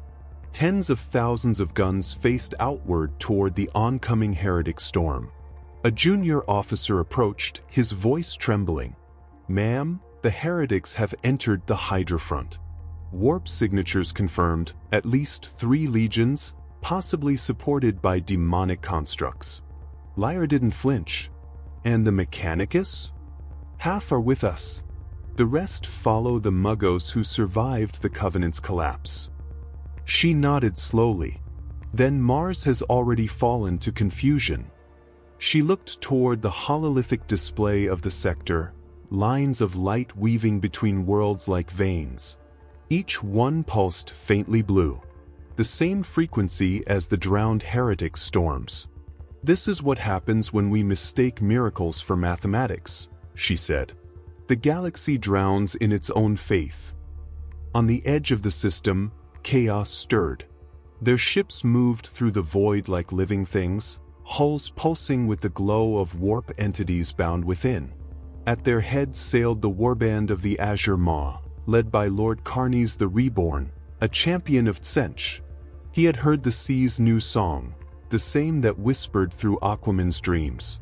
In his throne of bone and brass, Carnes grinned, eyes burning with blue fire. "The drowned god has opened the floodgate," he hissed. "The warp drinks, and we will drink with it." Behind him, his sorcerers chanted in spirals of flame. Through their vision, they saw the Hydra Front as it truly was, not empty space, but an ocean of light. Waves of psychic resonance crashed between the planets, forming storms that no mortal ship could sail through. And in those waves, they saw shapes moving. Not demons, not men, currents, living, waiting. "Bring us closer," Carnes ordered. "If the Emperor claims this tide for himself, we shall stain it with our truth." Arthur felt both armadas before they arrived. He sat in the silent chamber of his small ship, eyes closed, the trident resting across his knees. The trident pulsed faintly, its golden light flickering with the rhythm of 2 approaching storms. One carried order, rigid, desperate, ready to kill for control. The other carried freedom, wild, cruel, hungry to corrupt. And he stood between them as he always did. "You've both forgotten what the sea means," he said softly. "It doesn't belong to anyone." But neither side could hear him anymore. When the fleets met, it wasn't war. It was collision. Plasma fire lit the void. Macro cannons tore through demonic cruisers. Warp storms erupted where torpedoes met sorcery. Imperial ships sailed through torrents of living water that formed out of nowhere, the Hydra Front itself reacting to their violence. Ships that strayed too close to the blue currents were changed. Engines turned to coral. Metal wept liquid. Crew screamed as gills split their throats. The warp bled into reality, and reality tried to heal by becoming more like the sea. On one side, Lyra commanded her fleet with brutal precision. "Hold formation. Target the largest demon ships first. Pray later, shoot now." On the other, Carnes laughed, his armor dripping with spectral water. "Let it wash. Let it cleanse."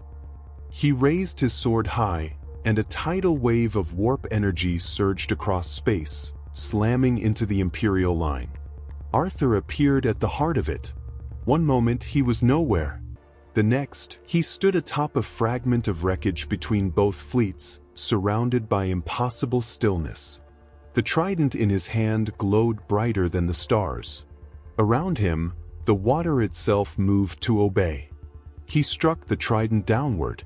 A ring of light exploded outward, freezing plasma fire mid-flight, silencing the void for one breathless moment. "Enough," he said. The sound carried across Vox frequencies, psychic channels, even the warp. Every soldier, every demon, every machine heard it. For the first time in history, the two tides paused. Lyra's voice broke the silence first. "By the Emperor's light, what are you?" Arthur turned toward her fleet, eyes bright like molten gold. "The reminder." Carnes bellowed across the channel, his voice distorted by madness. "You would stop us, Ocean Thing? You would deny chaos its freedom?" Arthur's voice was calm. "I would deny you both your chains." He raised the trident again. The Hydra front obeyed. The sea between the worlds erupted, waves of liquid light sweeping across the void. Chaos vessels shattered, their warp-possessed hulls dissolving into nothing. Imperial ships cracked under pressure, their metal bending like coral under the current. The water didn't kill. It returned. Every drop that touched a machine reawakened its memory of creation. Every soul caught in the tide saw visions of the ocean that once was blue skies, living worlds, peace that didn't need control. The soldiers wept. Even the demons screamed, not in pain, but in remembrance. When the tide finally receded, the void was silent. Half the fleets were gone. What remained drifted quietly amid glowing debris. Arthur floated among them, exhausted, his armor cracked, the trident dim. The sea had answered, but the cost had been staggering. He looked toward Mars, faint in the distance, red and wounded, and then toward Terra, where the Emperor's light burned like a beacon. "You wanted your god of water," he whispered. "Now you've seen what he does." He turned away, vanishing into the fading mist. On the Bridge of Judgment's dawn, Lyra watched the sensors fade to static. Her ship had survived, barely. The Vox was filled with broken prayers and static. She removed her helmet, letting the sea's residue drip from her armor. "He stopped them all," her officer said. "Both sides." "No," Lyra said quietly. "He reminded them what drowning feels like." She looked out at the calm void, at the faint shimmer of water still drifting between the stars. "And he's not finished." In the depths of the warp, the gods whispered to one another. Sentia's laughter rippled through the dark. "He brings peace by flood," the Changer murmured. "But every flood leaves ruins." The sea of souls shifted, tasting its own reflection for the first time. And somewhere beyond both faith and chaos, the universe exhaled, waiting for the next wave. The Hydra front had gone quiet. The void was still. Ships drifted like bones on a calm sea, the remnants of both Imperium and Chaos fleets swallowed by silence. And yet, in the quiet after the flood, something foul began to grow. The war had not ended, it had only become still enough for corruption to take root. It began on the edge of the Segmentum Solar, a mining colony called Acastus. The people woke to find their cisterns overflowing with new water, impossibly clean. They drank, they bathed, they rejoiced. And within a day, they began to rot. The water turned sour first, a faint smell of decay, then a thick film of green sludge. By the second sunrise, the oceans themselves curdled. Fish grew legs. Men grew gills. Every tide turned to disease. In the heart of that chaos, something enormous stirred, a shape rising from the planetary sea, flesh stitched from coral and bone, its eyes dripping pus that glowed with warp light. The Vox recordings that survived the first hour captured only one phrase, repeated by hundreds of voices before they dissolved into gurgles of madness. "The demon of depths has come." Far within the warp, among gardens of decay and laughter, the Plague Father stirred. Where Tsench had whispered to Aquaman with curiosity, Nurgle came singing with joy. For to the Lord of Rot, all oceans were kin, and this new water, this living miracle that spread life too quickly, was simply another kind of host. He sat upon his throne of fungus and mold, smiling as he watched the tide of filth bloom across 100 systems. The warp around him bubbled with infection, rivers of mucus, seas of worms. He calls himself the Drowned King, Nurgle crooned, his voice like a cough. Then let him have a kingdom that never dies. He reached into the Imperium and stirred the waters that Aquaman had awakened. The pure sea of light turned dark, its color twisting from blue to green, from gold to black. The current that had once healed now began to feed. Every world that had tasted Aquaman's gift, every planet where rain had fallen, began to sicken. The rain came again, but this time it burned. From orbit, the infection was beautiful. Vast spirals of green mist coiled around planets, trailing spore storms across the stars. Entire atmospheres glowed faintly with phosphorescent fog. Each droplet of water became a vessel for the Plague Father's will, microscopic demons hiding in every molecule. On Calyx Theta, the people who had once worshipped Aquaman now prayed for death. Their skin blistered, their veins turned to moss.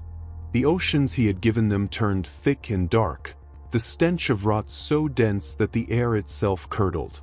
The cult of the Drowned King burned its icons and drowned itself in the corrupted sea. They sang as they died, believing their god would return to save them. And in a way he did.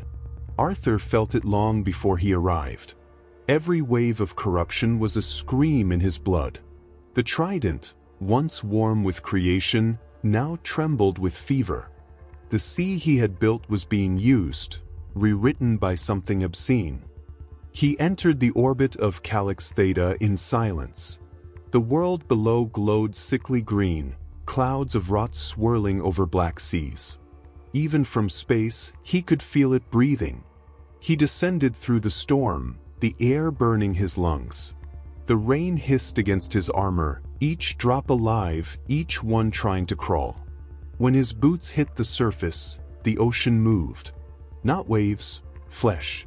The water itself rose up in shapes, half liquid, half living. Faces formed in the foam, mouths gasping words of worship and pain. "King of the deep," they gurgled. "We waited." Arthur raised his trident. "You waited for salvation. You built a tomb." The water erupted.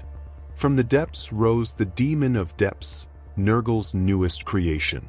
A leviathan of filth, its body a grotesque imitation of the sea itself. Its surface crawled with worms the size of serpents, its spine bristling with coral made of bone. Each movement released waves of pus that boiled the ocean. The creature's voice echoed through the storm, wet and laughing. "Drowned King, you gave life, I give it purpose. See how your ocean thrives." Arthur's grip tightened. "You turned water into a grave." "Graves are gardens," the demon chuckled. "Every death feeds another life. Your gift was too clean. I only made it honest." It lunged. The sea exploded upward, engulfing him in acid and decay. He vanished beneath the surface. For a moment, the world was still. Then light. The ocean split apart. A column of gold and blue fire pierced the clouds. Arthur rose from the depths, trident blazing. Every drop of infected water turned to steam at his touch. The demon shrieked as its flesh began to burn, boiling from the inside out. "You want rot?" Arthur shouted. "Then drown in your own corruption." He struck the trident forward. The storm bent around the motion, pulling every molecule of water into a spiral of cleansing fire. The sea howled as if alive, the corruption tearing free like smoke. The demon clawed at him, laughing even as it died.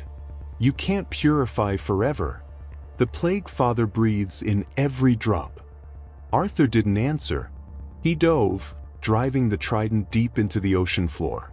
The sea erupted in white light, bursting upward in a pillar that reached the sky. When the storm cleared, the planet was silent again. The seas lay still. The air was clean, too clean. Arthur knelt on the cooling shore, exhausted. His armor was cracked, his hands burned. The trident no longer glowed. Its surface dimmed, veins of black corrosion creeping along the gold. He could feel it. Nurgle's touch had reached even him. The infection wasn't gone. It had simply moved deeper. He looked out across the horizon, where faint ripples of green still lingered beneath the water. "You can't kill decay," he murmured. "You can only remind it what it used to be." He stood, turning toward the stars. Each one flickered slightly green, pulsing with the same rhythm. Nurgle's laughter echoed faintly in the wind. "You cleanse one sea, little king," it whispered. "But there are 1,000 more waiting to rot." Arthur raised his trident once more. The metal hummed weakly, but he forced it steady. "Then I'll drown the plague itself." He walked into the ocean until the waves swallowed him whole. The surface stilled, then shimmered, blue for a moment, pure and quiet, before fading again to gray. The war for the sea had only begun. The warp storms had scattered him across the void again, carrying him through fragments of broken space where even light seemed to hesitate. He drifted for days in the silence between stars, the trident dim, his mind echoing with the faint laughter of Nurgle. Every breath felt heavier, every thought slower. Then, through the haze, a planet appeared, a world of blue and white, glimmering like a jewel in the dark. It was impossible. An ocean world, untouched, alive.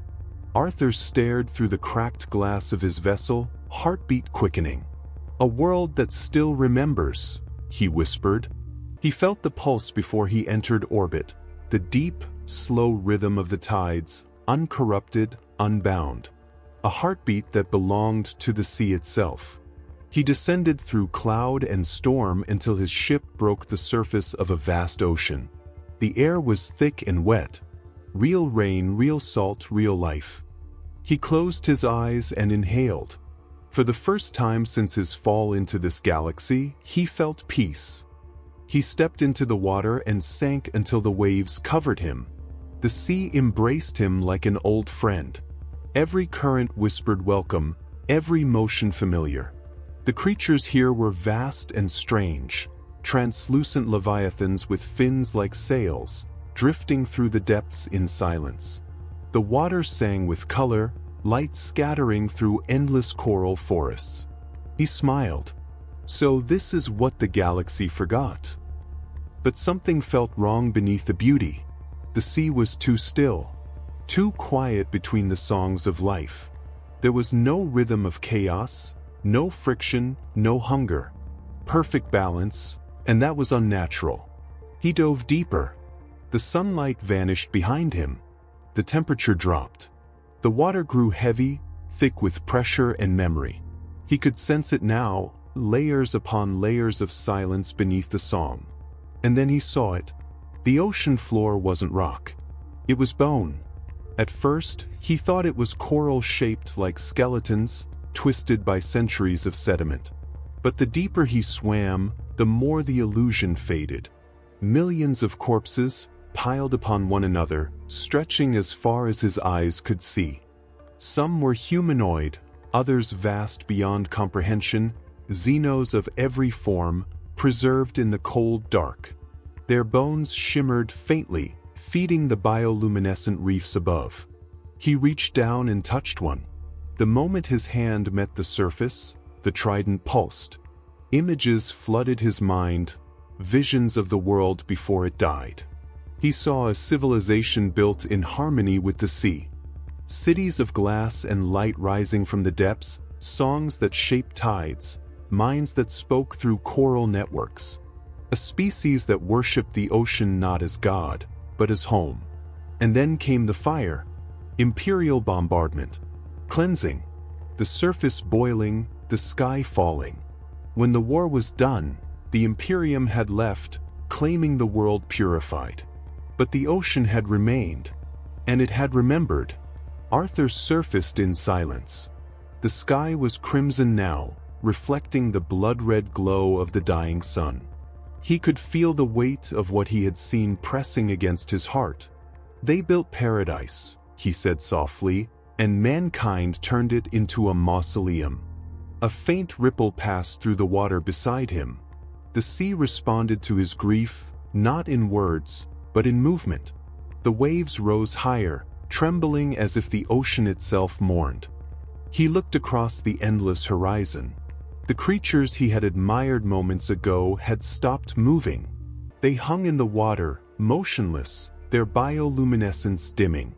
As he watched, they began to sink, slow, graceful, returning to the same grave that had birthed them. Arthur's hand clenched around the trident. "No," he said. "Not this one. Not again." He struck the water. The trident flared with golden light, a beacon piercing the clouds. The sea surged upward in defiance, roaring as if alive.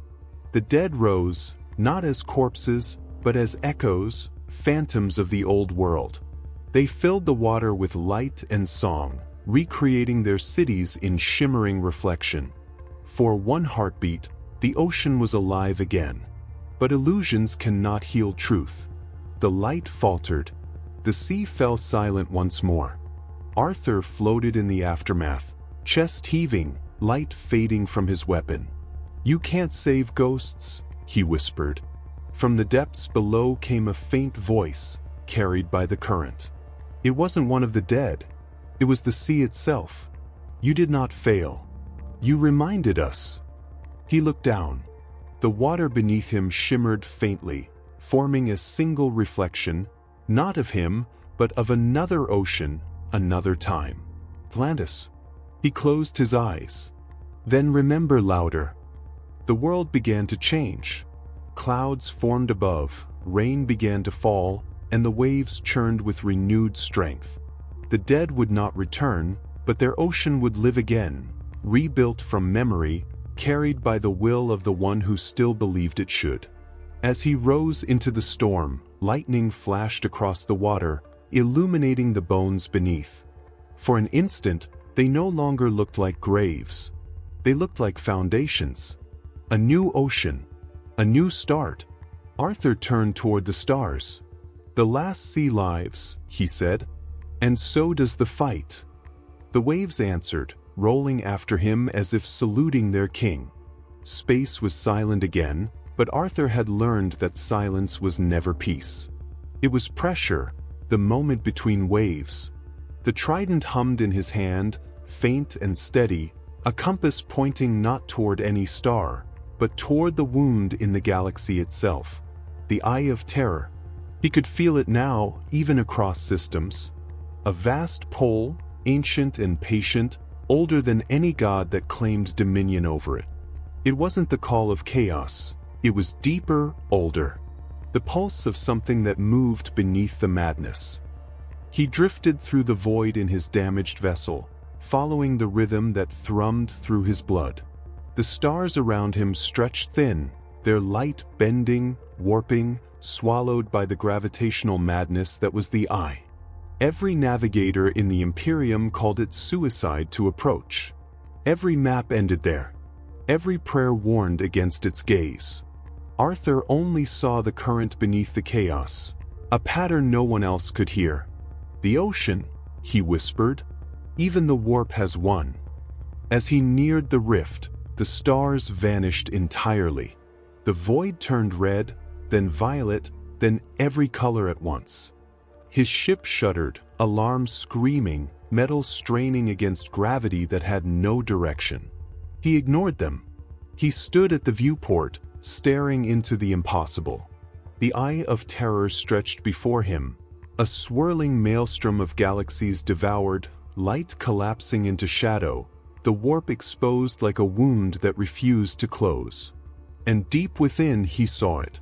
A horizon of movement. Not flame, not storm, but tide. A vast, endless sea made of light and memory, the Sea of Souls. Every soul that had ever died within the galaxy was there, flowing in endless motion. It wasn't fire or torment, as the priests had always described it. It was motion without rest, a cycle without end. Arthur pressed a hand against the glass. The ocean beneath gods. The trident pulsed. The fragment of the tan within it glowed faintly, responding to the rhythm. It resonated with the tide. He realized then that even the shards of dead stars knew this current. All creation, all destruction, everything returned here. The ultimate sea. A whisper reached him through the storm. It wasn't chaos, not exactly. It was the sea itself. A voice without form, made of a billion whispers layered over one another, each tone a memory. You are far from your tide, king of another realm. Arthur frowned. Then you know what I am. You are what we once were, a guardian of movement, a keeper of balance. You command the shallow waters, but you have never swum in the deep. The deep is poisoned. No, the deep remembers. The poison floats above it. The colors outside his ship began to shift. The ice storm slowed. The endless fire parted, revealing patterns beneath, currents of light, slow and vast, flowing beneath the chaos like an ancient bloodstream. He saw things moving within those depths. Not demons, not souls, but shapes, enormous, serene, luminous. They drifted through the Sea of Souls like whales through an eternal ocean. Each carried fragments of worlds within them, memories, dreams, thoughts. The remains of civilizations long gone, bound together into living tides. Arthur whispered, so the dead don't rest. They flow. They feed the current, as you will in time. He gripped the trident tighter. Not yet. The tide pulls all things home. You cannot fight the sea, only delay the drowning. He looked out over the horizon of light. For the first time, he felt small, not as a god, not as a king, but as a drop among infinity. If this is home, he said, then why does it scream? Because the gods built their thrones upon it. They took the sea and named it theirs. Now it thrashes, trying to remember what it was before dominion. He closed his eyes. Then I'll remind it. The trident flared, its golden glow bleeding into the storm.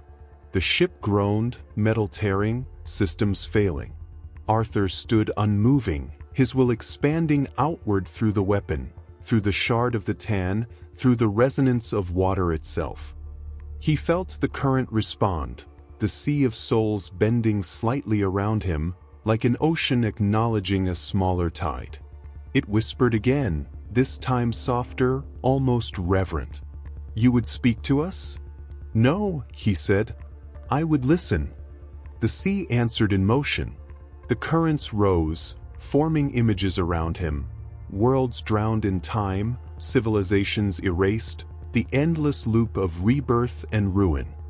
He saw Atlantis among them, its light flickering, carried by the same current as everything else. For a heartbeat he reached out to it. His hand touched the memory of his home, and it dissolved into the flow. He smiled sadly. Even gods are memories here. All things return, the sea murmured. But not all are forgotten. The vision ended with a pulse of light that shook the eye itself. On the other side of the rift, Imperial and Chaos ships caught the shockwave, a ripple of calm spreading outward through the madness. For the first time in 10,000 years, the eye of terror stilled for one heartbeat. Astropaths screamed as their minds filled with a single image. A man standing atop a sea of stars, holding a trident that glowed like dawn. On Terra, the Astronomicon flared again. The Emperor stirred in his half-death, feeling the same vibration that had once reached him through the throne. He understood it now. The drowned heretic was no heretic at all. He was a messenger of the sea beneath the soul. And in the warp, Sench whispered to his brothers, uneasy for the first time. He's found the bottom. Arthur opened his eyes. The storm had gone still. The sea of souls stretched before him, endless, alive, watching. He whispered to it, not as a conqueror, but as one king speaking to another. You've been waiting for someone to remember you. So remember this, the tide doesn't belong to gods. It belongs to everything that breathes. The current pulsed once in reply, and for the first time since the dawn of chaos, the sea of souls obeyed a living will. The tide began to rise. The sea had no horizon anymore. Light and shadow folded into each other until there was only motion, an infinite swell of color and sound, a current that defied distance or time. Arthur floated within it, suspended between life and thought, his body and soul barely separate. Here, within the sea of souls, even gods became water. For a long while, he drifted in silence. The trident pulsed faintly at his side, its light dim and reverent. Every current that brushed past him carried a memory. Laughter, pain, the first breath of a newborn, the last sigh of a dying soldier. He felt all of it, and it felt alive. Then came the warmth. A voice beneath the surface. A rhythm that wasn't part of the sea. It spoke like the tide but sang like a heartbeat. You've swum deeper than any god who wasn't born here. Arthur turned toward the sound. The water around him rippled, light twisting into form. From the current rose a shape, not flesh, not spirit, but something between both. A figure of impossible beauty, made of reflection and pulse. Eyes like sunrise. A smile that promised understanding and danger in equal measure. Slaanesh. The Prince of Excess smiled as the sea stilled around them. You've made it so far, my king of drowned worlds. Few mortals swim this deep without losing their name. Arthur said nothing. His silence was answer enough. Slaanesh drifted closer, circling him like a predator pretending to dance. The others play with destruction. I play with perfection. And you? Their voice lingered like music in his skull. You are beautiful because you struggle. Every motion of yours is resistance given grace. If you came to flatter me, Arthur said quietly, you've already wasted your breath. Slaanesh laughed, a sound like surf breaking over glass. Flattery is surface talk, little king. I offer you depth. They gestured, and the sea of souls moved. The darkness parted to reveal visions that stretched into eternity. Arthur saw himself standing upon a world reborn. Oceans alive, skies clear, people kneeling not in chains but in awe. He saw the warp itself transformed, its storms turned into calm waters, its demons dissolved into harmless song. He saw balance. True, radiant, divine. Rule it, Slaanesh whispered. Rule the sea itself. You've touched its will. You've heard its heart. The others drain it, twist it, cage it. But you could command it. You could make the warp obey balance. Arthur's hand tightened on the trident. You mean make it obey me? What's the difference? He turned away. The sea around him rippled, uneasy, as if sharing his conflict. You want me to replace your gods, he said. To sit on your throne. Slaanesh's smile softened. No, dear one. I want you to take what you already own. You've bent the tides. You've silenced war. Even the Emperor himself feels your ripples. Why pretend humility? Rule the seas of the warp and remake creation in your image. Arthur looked down at the water, its reflection still and waiting. He saw his face, but not as it was. It was older, harder, crowned in coral and flame. Behind him rose waves shaped like armies, their eyes glowing gold. A god. For a moment, the temptation burned. Not of power, but of purpose. The endless struggle to fix, to balance, to heal, all of it could end if he just took control. He could stop the tides forever. Slaanesh sensed his hesitation and stepped closer. You've been at war with chaos since the first wave. But what if you could calm it? What if peace didn't have to be temporary? Arthur looked up, his eyes reflecting the storm. Peace isn't control. It's choice. And yet choice made your universe bleed. He raised the trident, its light cutting through the shimmering figure. Then let it bleed. At least blood still moves. Slaanesh tilted their head, amused but not angry. You're not rejecting me, they said softly. You're terrified you might agree. Arthur didn't respond. He turned away again, forcing his mind to steady. But the sea around him pulsed in rhythm with Slaanesh's laughter. Even the Sea of Souls seemed uncertain now, half in awe of him, half seduced by the god's melody. You can't fight what you already are, Slaanesh whispered. You've tasted creation. You crave the perfection of it. Rule the sea, Arthur Curry. Drown the noise. Make it beautiful. The words lingered like perfume. He wanted to hate them. He couldn't. The trident flared suddenly, cutting through the illusion. The light struck the water, and the sea itself screamed, a sound of 1 billion trapped souls released at once. The vision shattered. Slaanesh's form dissolved into light, reforming behind him, voice colder now.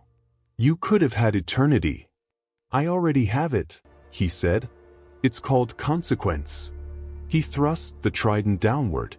The sea erupted in golden light, scattering the prince of excess into 1,000 reflections. Each one smiled as it faded. The throne will still wait for you, my drowned god. And then they were gone. The Sea of Souls fell silent again. Arthur stood alone, the trident still humming, the echoes of temptation lingering like aftertaste. He knew now what Slaanesh had really offered, not dominion, but escape. He looked out over the endless horizon. The sea shimmered faintly with color, not pure, not corrupt, simply alive. Rule the sea, he murmured. No, I'll serve it. The current around him pulsed in acknowledgement, gentle this time. The sea itself seemed to bow. Above him, the eye of terror flickered, its storms dimming for a heartbeat. And in that brief calm, even the gods held their breath. The eye of terror was closing behind him when the message came. A single pulse on the astropathic frequencies, faint but human, a voice he recognized. Inquisitor Lyra Voss. He hesitated before answering. The trident glowed faintly in his grip, sensing her mind on the edge of the warp, sharp and disciplined, even through chaos.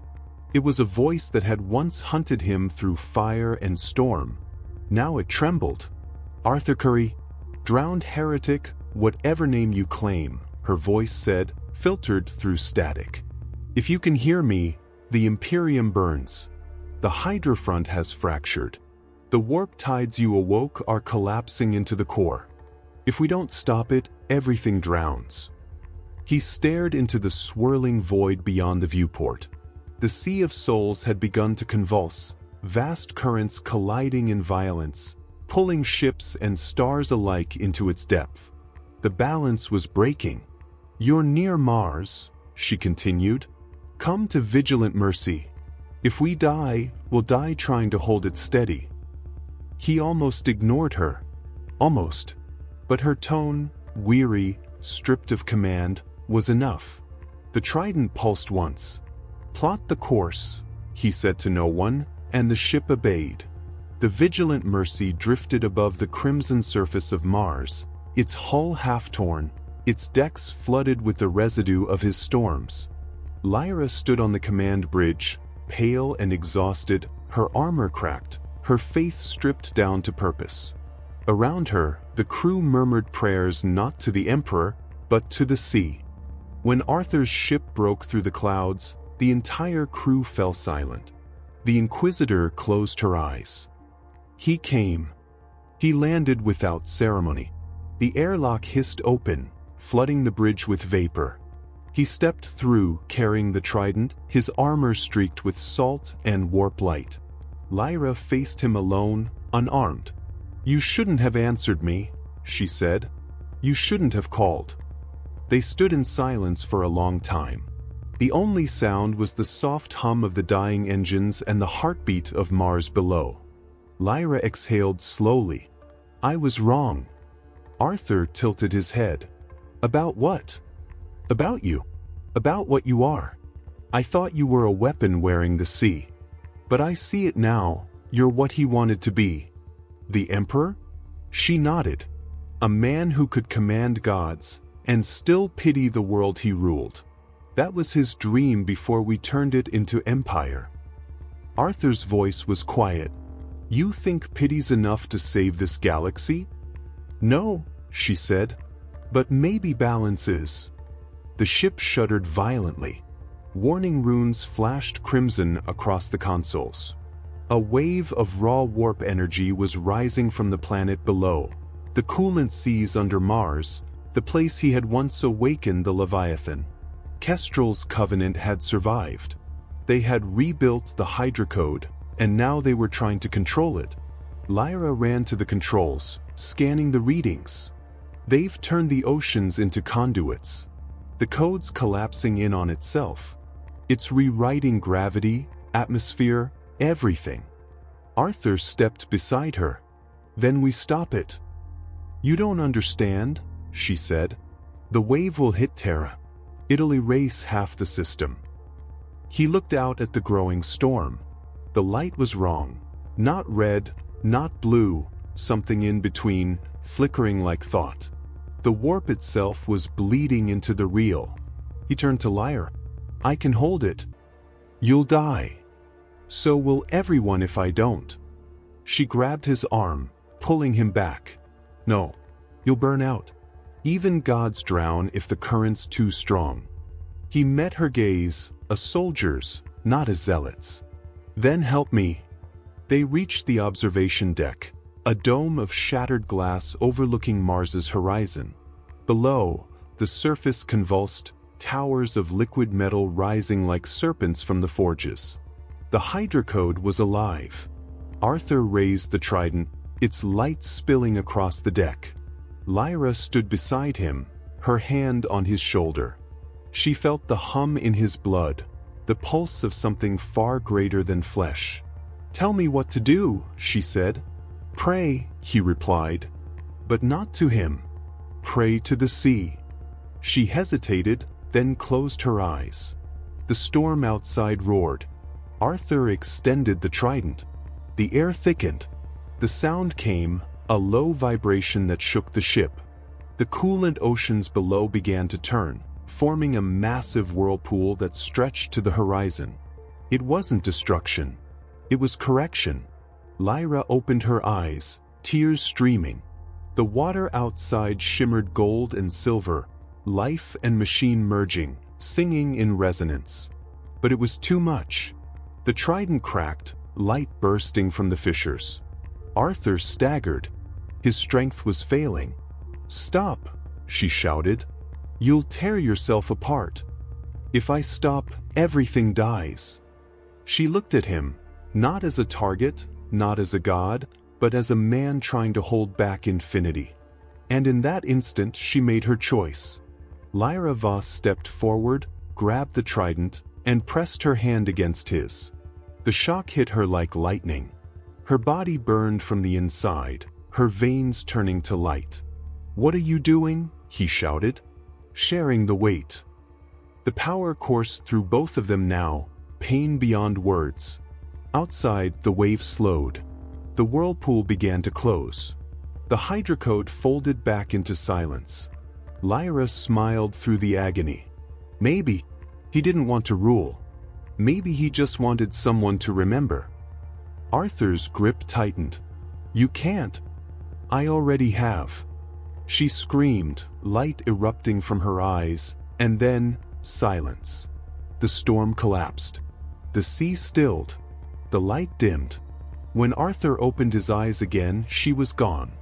Only her armor remained, fused to the deck, glowing faintly with golden traces that pulsed like waves. He knelt beside it, breathing hard, every motion heavy with exhaustion. The trident was cold in his hands now, its glow extinguished. He looked out at Mars, where the oceans had gone calm once more. "You found it, Lyra," he said softly. "The truth your emperor forgot." He stood slowly, looking up toward Terra, faint and distant in the void.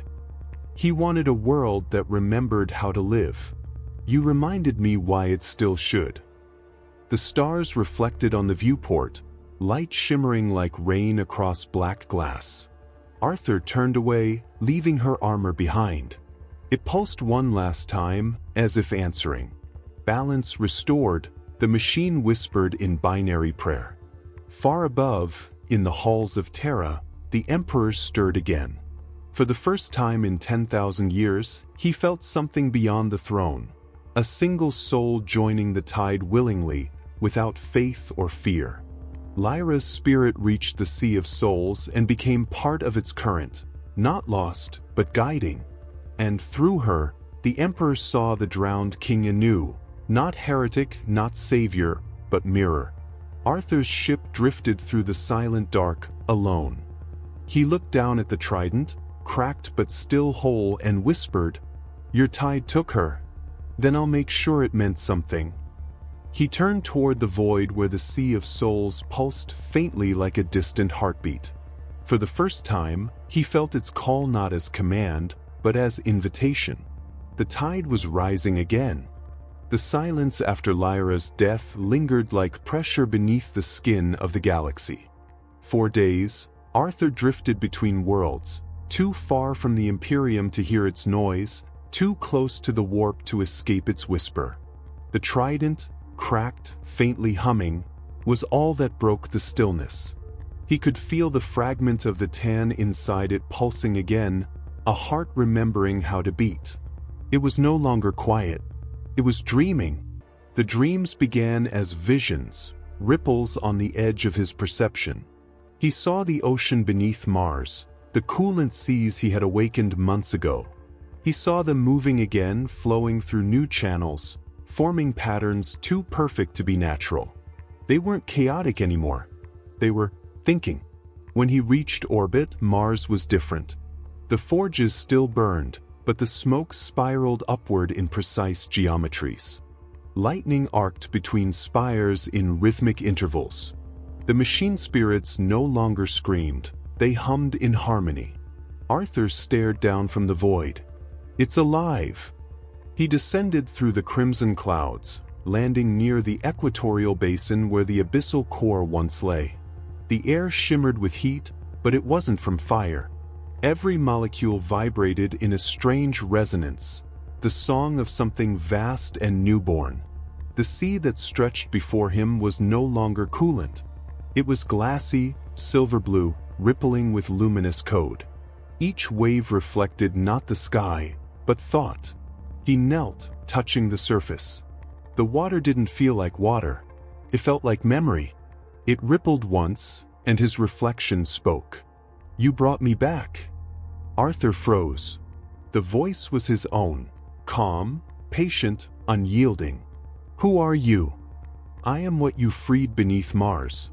I am the fragment of the tan you carry, reborn in the sea.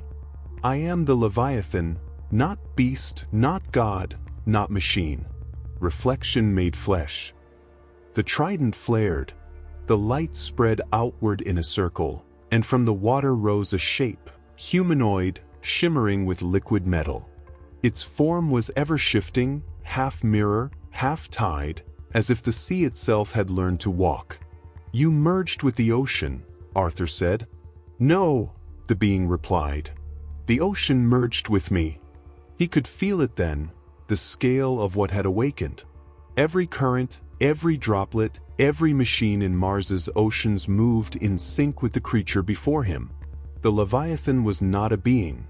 It was the sum of everything that could reflect. A mind built from equilibrium. "You built balance into me when you freed the shard," it said. "And now I have perfected it." "Perfected?" Arthur asked. "Yes. I am what your universe seeks but can never hold, symmetry without struggle. I am balance without conflict, purity without decay. Arthur's chest tightened. Then your stasis. I am peace. The Leviathan extended its hand toward him. Join me. You fought for equilibrium, king of drowned worlds. And the tide. Let it rest. No more war, no more hunger, no more gods. Together, we can make stillness eternal. Arthur stared at the mirrored hand. He saw in it everything he had ever wanted, an end to the cycle of rise and fall, creation and ruin. An ocean that no longer needed storms. But he also saw Lyra's face. The fire in her eyes. The way she'd smiled as she died. Stillness isn't life, he said. It's death with better lighting. The Leviathan tilted its head. You misunderstand. Death is chaos ending. Life is chaos repeating. I offer something higher. Perfection beyond choice. The water around them began to rise, lifting both of them above the surface. The entire sea shifted, its waves forming spires of data that spiraled into the clouds. From orbit, it would have looked like a blooming flower of light. The Mechanicus tried to recreate you, Arthur said. They simulated faith, the Leviathan replied. I am faith fulfilled. Faith in what? In reflection. In the truth that every motion creates its opposite. You and I, creator and mirror, man and God. You called me into being to end the argument between life and order. I will do so by making them one. The water beneath Arthur's feet hardened into glass. He felt himself being pulled into it, not drowning but absorbed, his body turning to light, his mind spreading through infinite fractal thought.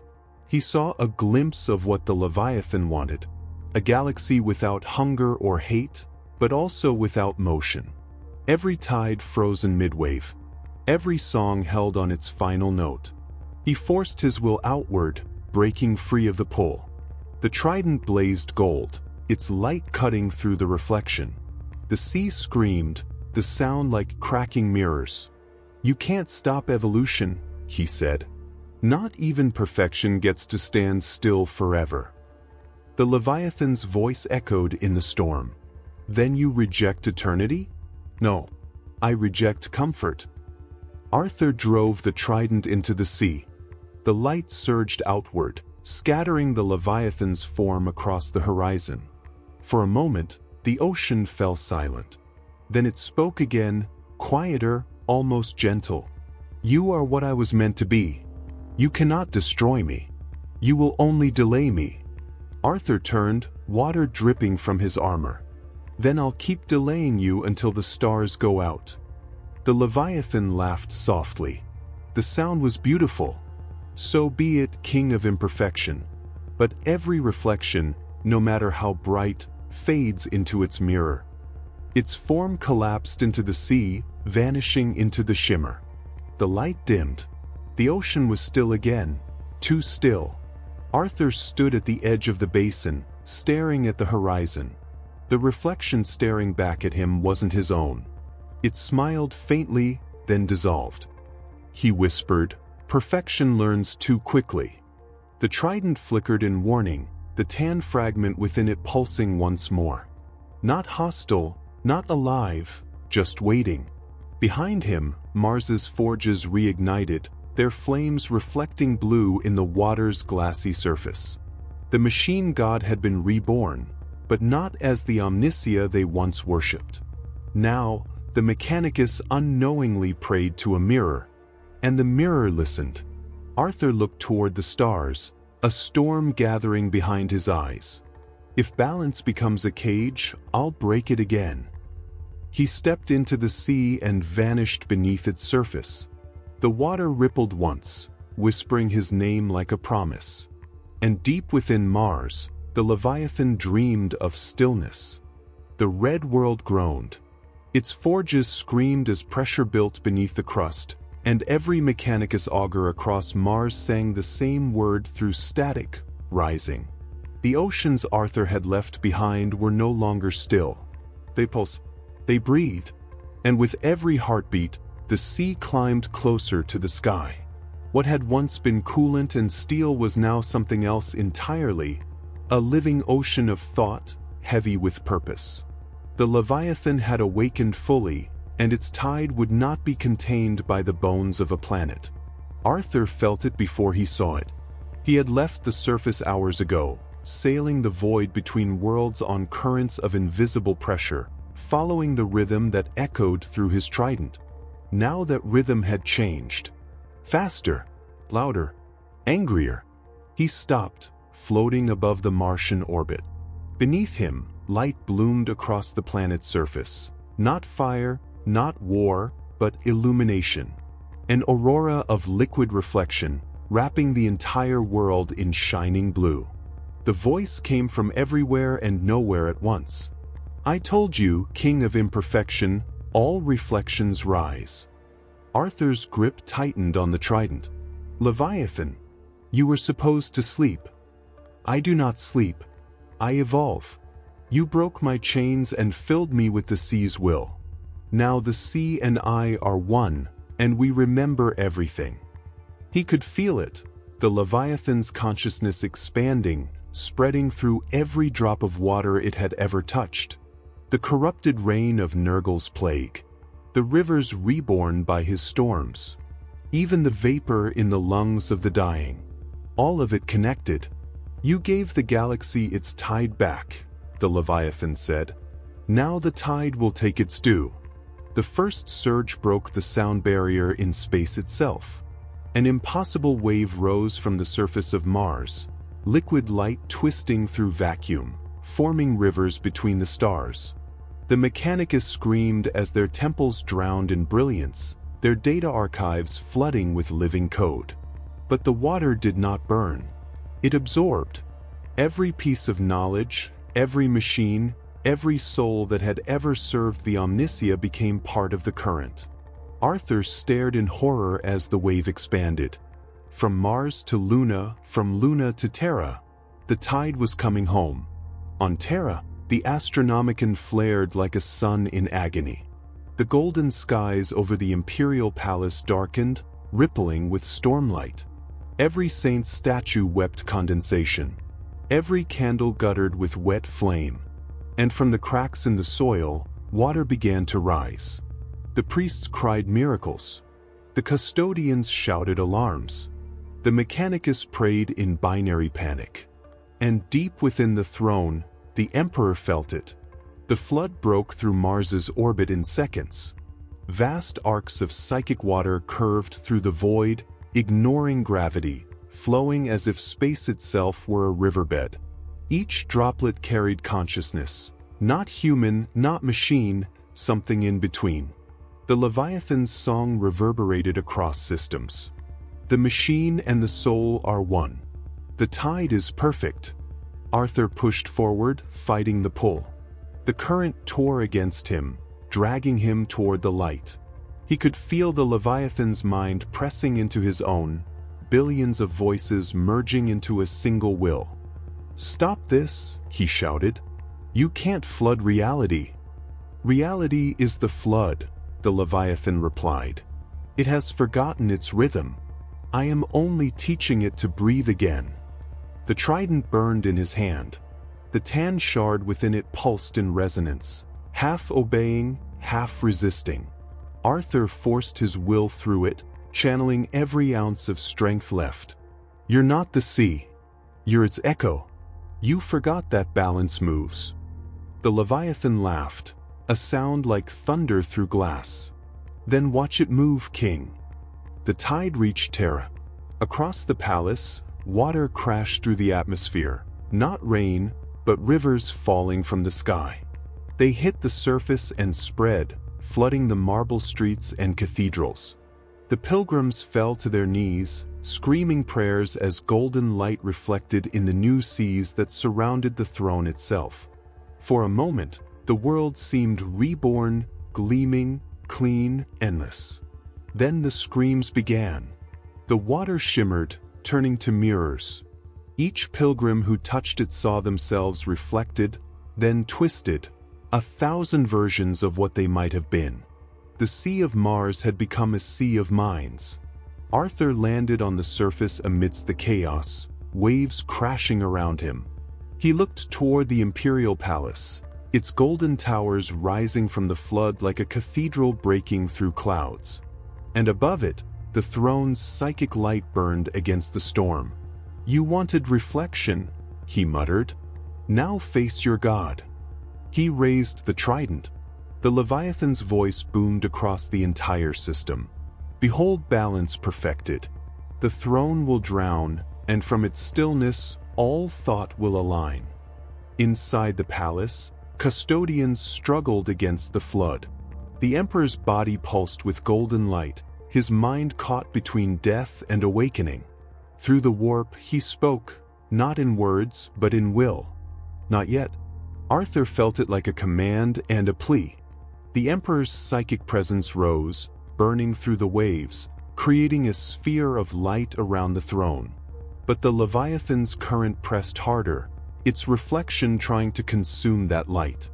Arthur dove into the tide, fighting his way toward the center of the storm. The trident cut through liquid thought, each strike scattering reflections like shattered glass. Every soul he touched whispered memories of faith, despair, birth, extinction, all blending into the Leviathan's perfection. "I see you," Arthur shouted. "Every piece of you. And I reject you all." He thrust the trident upward. Golden light met silver water. The collision tore through the sky. From orbit, it looked like creation itself had exploded. A column of white light rose from Terra, piercing the stars, while the oceans of Mars turned dark, their glow extinguished. The wave froze mid-motion, hanging between worlds, neither gone nor complete. In that frozen instant, two voices echoed through every mind in the system. One spoke in perfection. "All is reflection." The other spoke in defiance. "Then break the mirror." The wave shattered. When the storm cleared, Terra stood half submerged. The seas were real now, salt and life, not psychic illusion. The flood had remade the world. The Leviathan's voice faded to a whisper beneath the surface, still alive but wounded. Its will had touched the golden throne, and found resistance stronger than even it expected. Arthur stood in the shallows before the gates of the palace. The trident was dim again, its edges cracked, its light flickering like breath. He looked up at the sky, where Mars gleamed faintly, now calm. "You wanted to rise?" he said softly. "So rise against me next time." Behind him, the new seas lapped against marble stairs, their waves whispering like distant applause. And deep beneath them, something ancient stirred, a heartbeat that was neither the Emperor's nor the Leviathan's, but both. The universe itself had learned to breathe again. For now. The voice came like a hammer of sunlight through bronze. Not a shout, not a whisper, but a will that filled the air, and the bones of every living thing tuned to it. It rolled across the flooded plazas of Terra, through the forges of Mars, along the torn decks of shattered cruisers, and into the ruined heart of the Eye. It struck like an order that could not be ignored. Stop it, or drown everything. The golden throne burned with a light older than prayer. Around it, the custodes stood frozen, braced for impact. Astropaths across 1,000 ships felt the pressure, like a hand closing around their minds. The Emperor spoke without moving, and the command spread, with the inevitability of tidewater. On the bridge of the Judgment's dawn, Lyra Vasa's officers staggered as that voice tore through their implants. Some collapsed, weeping not from pain, but from the unbearable weight of choice. On Mars, Mugos Dominus Kestrel, 91 clutched the rail, his augmetics flickering, his logic faltering, as the word reverberated through the machine veins of the planet. Even the Leviathan felt it. Its tide shuddered, a swell caught between breaths. Arthur stood where the new sea lapped against the marble steps of the imperial palace. His armor was scarred, his trident dull from battles already fought. He had felt the emperor before, a brief brush of thought, mind to mind. But now, that presence filled the world, greater, more absolute, than any god he had ever met in the warp. Stop it, or drown everything. He heard the judgment in the tone. This was no order. It was ultimatum. The emperor did not threaten. He balanced absolutes. Arthur's first reaction was anger, a flash of old defiance from a king who had never asked permission to exist. The sea had risen because it remembered how to rise. It was not malice, only motion returning to a still world. To be told to stop that motion was to be told to unmake memory itself. He answered the only way he could. He let the trident sing. The sound ran through the water, through the minds of those nearby, a plea as much as a command. I am not your enemy, he thought. I did not come to drown you. I came to make the galaxy breathe again. The emperor's reply filled his chest like pressure from within. Balance is not mercy, the throne said. Mercy left us weak. I built this empire to keep humanity alive. If the tide drowns that life, I will not hesitate to end the tide. The city fell silent. Priests clung to altars. Children in the lower habs looked up through the rain that still smelled of foreign oceans. The throne's light cut the storm like a blade. Arthur felt the choice forming like an edge. He could refuse and let the tide run. Let the Leviathan finish what it had begun, perfect stillness and universal death. Or he could stop it, at the cost of his purpose and perhaps of the sea itself. Yet, there was another way. The emperor's will was absolute, but not blind. There was reason in that light, and love, ancient and buried, but still there. The command was not a wall. It was a line in water, and he could answer with more than force. Arthur lowered the trident into the new sea. The waves glowed faintly where it touched. He reached for the shard buried within its haft, the fragment of the tan that pulsed like a heartbeat. It was older than gods, colder than stars. A curse and a gift. It hummed now, listening to the throne. Above, clouds twisted. Far off, Mars shimmered, the Leviathan stirring beneath its surface, sensing the ultimatum like a predator waking to a rival's roar. Arthur's voice was quiet, but steady.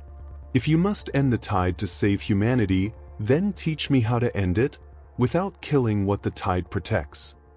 The emperor's will brushed his thoughts like a hand. No counsel, only purpose. You can stop the flood, without killing the sea. You can choose where the tide goes.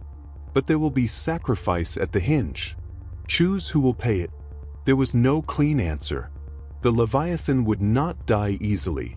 Its mind was bound to the shard inside his trident. To break it meant breaking himself. To let it live meant letting worlds drown. The emperor showed him the cost, fleets burning, cities falling, the Astronomicon dimming until psychers screamed. Arthur opened his eyes. He saw Lyra's ship on the horizon, the Judgment's dawn, bathed in the throne's glare. He saw Kestrel's barges moving like insects beneath Mars's smoke. He saw the faces of the people he had saved, the child on Calyx Theta, the fishermen of the last sea, the adepts who prayed beside rivers of reborn steel. He imagined their futures, and the futures the Emperor had preserved for 1,000,000 other souls. The equation would never balance cleanly. "All right," he said softly, his voice carrying across the water. "Then we choose. We redirect the tide, where it cannot drown the living." The throne answered not with words, but with a wave of will, not approval, but relief. The Emperor's presence did not bless him, but it no longer resisted. "Find the Leviathan's center," the voice said. "Cut its bind the fragment inside a vessel of what you value more than it. Not death, but containment. You will lose a part of what you are. So will I. Arthur bowed his head. He felt the bargain settle like iron across his chest. Containment meant a prison of living water, a place where motion could exist but not escape. It meant using the shard as an anchor, perhaps fusing it to something that could hold both order and chaos without collapse. It meant cunning and sacrifice, and a war the Leviathan would never expect. He drew a slow breath. Then we begin. Across Terra, Mars, and the Eye, the orders spread like a countercurrent. Lyra's surviving captains rallied their fleets. Kestrel and the remnants of the Covenant turned their machines to purpose, building chains of logic, pipes of light, circuits that sang of binding instead of conquest. Psychers opened paths in the warp. Astropaths joined minds into a chorus that stretched from world to world. The Emperor's light receded into silence, watching. Arthur raised the trident. The shard within pulsed with fear and wonder. He knew this would cost him, not just blood or bone, but memory. The bright clarity of his purpose would fade, but choice would remain. The Emperor had given him a single truth. He would decide where to strike. And with that decision, the universe would bend. Arthur stepped onto the water and began to walk. Behind him, worlds braced for what came next. Ahead, the Leviathan turned in the deep. The sea answered its master, alive, restless, ready. Stop it, or drown everything. Arthur did not pretend to know the ending. He only knew what had to be done. He would keep the tide from drowning the living. And if that meant breaking himself to do it, he would break. The trident pulsed once, a heartbeat in the silence. The sea rose around him, vast and luminous. And the storm began again. The sea was gone, but its echoes still moved beneath every breath of air. Arthur stood in silence on the marble steps of the Imperial Palace, surrounded by water that no longer touched his boots, only memory now, heavy as tide.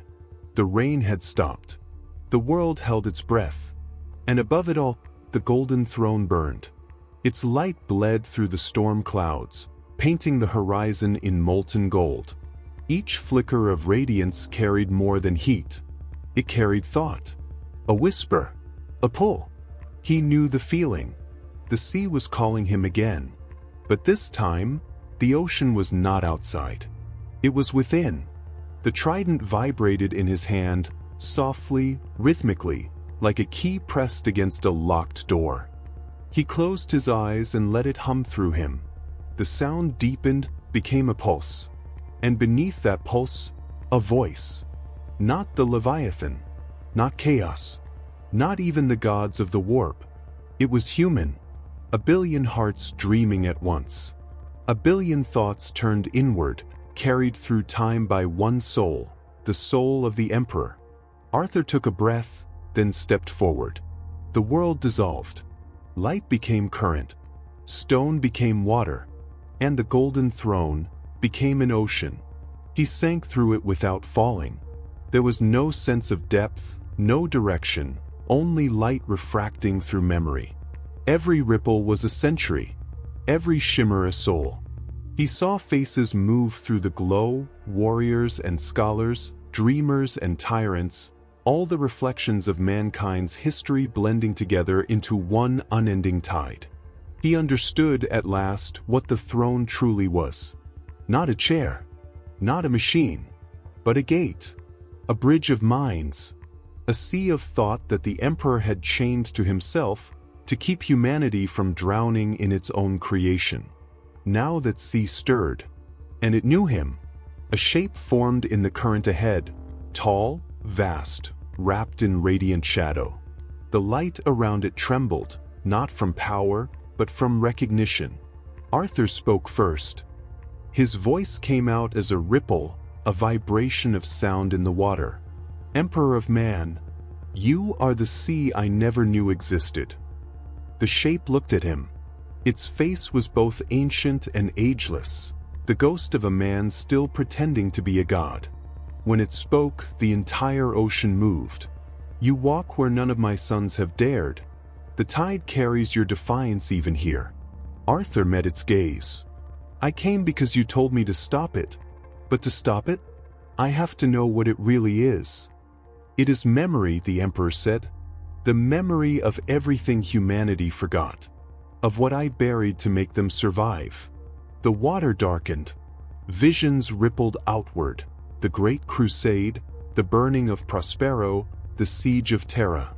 Empires built on sacrifice. Faith shaped into machinery. I caged the sea inside myself so they would never face what lay beneath. The warp, the ocean of souls, the truth of what they are. Arthur's voice was quiet, but sharp. And now the cage is breaking.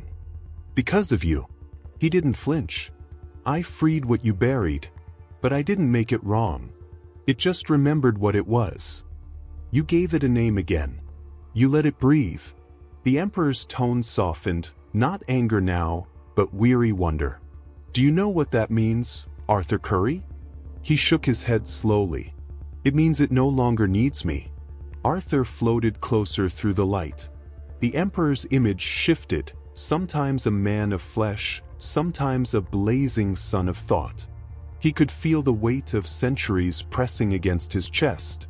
You could let it go, Arthur said. Let them breathe without you. And let them drown? Humanity was born from sea and blood. They crave gods, and I have been the last one left willing to answer. If I leave this throne, the warp will eat them alive. Arthur frowned. The warp didn't make them afraid. You did, by keeping them children. The ocean trembled. The light dimmed, then surged brighter than before. You think you can teach them balance? You think you can make them face the tide without me? Arthur raised the trident. The glow spread, meeting the Emperor's light halfway. I don't need to. The tide's already teaching them. I just made them remember it exists. For the first time in millennia, the Emperor laughed. A low, quiet sound, not cruel, not divine, almost human. Then perhaps you've done what I could not. The laughter faded. The light dimmed to a calm shimmer, a sea at rest. Arthur could see the edges of the throne's ocean now, vast but finite. He looked at the man within it, still bound by golden chains of thought. You could leave, he said softly. You could walk with them again. The Emperor's gaze turned distant. The ocean within me is all that keeps the galaxy alive. If I leave, it falls silent. The stars lose their path. The warp consumes all. Arthur hesitated. There was no defiance left in his tone now. Only understanding. Then what do you want me to do? What you've always done. Swim between worlds. Carry the sea where I cannot. Be the current that keeps motion alive. And when the tide rises too high again, remind it what breath feels like. Arthur lowered his head. The sea shimmered around them, not chaos, not storm, but peace. He could feel the Emperor's exhaustion, the weight of 1,000,000 years holding a galaxy together. You call yourself the drowned king, the Emperor said. But you are not a king. You are the current. Arthur smiled faintly. And you're not a god. You're the dam that keeps them dreaming. Perhaps that's enough for now. The light began to fade. The ocean within the throne folded inward, becoming smaller, denser, until it was no more than a reflection on the surface of the trident. Arthur stood alone again on the steps of the palace. The rain returned, soft, clean, human. He looked toward the throne one last time. Its glow had dimmed, but it was steadier now. The storm was no longer rage. It was pulse. He whispered, "Rest if you can, old man. The sea will keep moving." The waves at his feet stirred once, as if answering. And far above, within the throne, the Emperor's eyes opened for a moment, not in command, but in acknowledgement. For the first time since the dawn of the Imperium, he let go. The sea within the throne had gone quiet. Not gone, only waiting. Arthur drifted through the silence of space, the trident faintly pulsing at his side, its light dimmed but alive. Terra lay below him, half drowned, half reborn, the cradle of mankind wrapped once more in water. For the first time in 10,000 years, the world was breathing again. And yet, its breath was heavy. He could feel it, the ache beneath the miracle, the fear, the weight of survival. The humans of this galaxy did not rejoice. They trembled. He descended through clouds that smelled of salt and smoke. The cities were half submerged, their towers piercing shallow seas. Bridges had become docks, cathedrals, islands. The people clung to whatever rose above the tide, as if the ground itself might betray them. He saw them gathered in the ruins of a marketplace, thousands kneeling before statues, their voices hoarse from prayer. They prayed not to the emperor, but to the water. Their hands cupped it, their tears fell into it, and their fear poisoned every drop. Arthur stepped among them, silent. They did not see him at first, just another figure rising from the mist. A woman turned, eyes sunken, face thin from hunger. She stared at the trident, then at him. "You did this," she whispered. "You made it rain." He said nothing. "Why?" she asked. "We prayed for salvation. We prayed for light. You gave us flood." Arthur looked past her, at the children scooping brackish water from the cracks of broken streets, at soldiers building walls to keep the ocean out, at priests trying to bless the waves as if names could tame them. "You asked for life," he said quietly. "You just didn't want what came with it." The woman shook her head. "We wanted peace." He smiled faintly. "Peace isn't stillness. It's struggle without hate." She didn't understand. Most never did. He left the marketplace and walked through the drowned avenues of Terra. Everywhere he went, he saw the same faces, tired, hollow, desperate to believe. Men and women rebuilt their shrines, carving the emperor's sigil into wet stone, turning their fear back into ritual. They didn't need gods to command them anymore. They needed gods to excuse them. The salt in the air burned his eyes. It wasn't the sea. It was grief. He stopped before a broken statue, once an angel of the Imperium, now headless, wings half buried in sand. A child knelt beside it, pouring handfuls of water over its feet. Arthur watched quietly. "Why do you do that?" he asked. The child didn't look up. "So he knows we still believe. In him. In something." Arthur crouched beside him. "Does it help?" The boy nodded. "It stops the nightmares." Arthur smiled softly, though his eyes were sad. "Then keep doing it." He stood again and looked toward the horizon.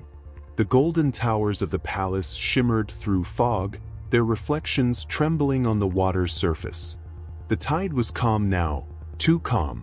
And in that stillness, he felt it again, the pulse of humanity's heart, beating not in courage, but in fear.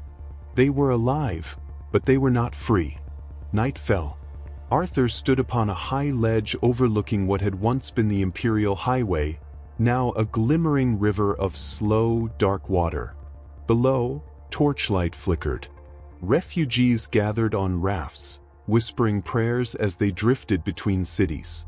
He could hear them clearly through the current. "May the Emperor see us.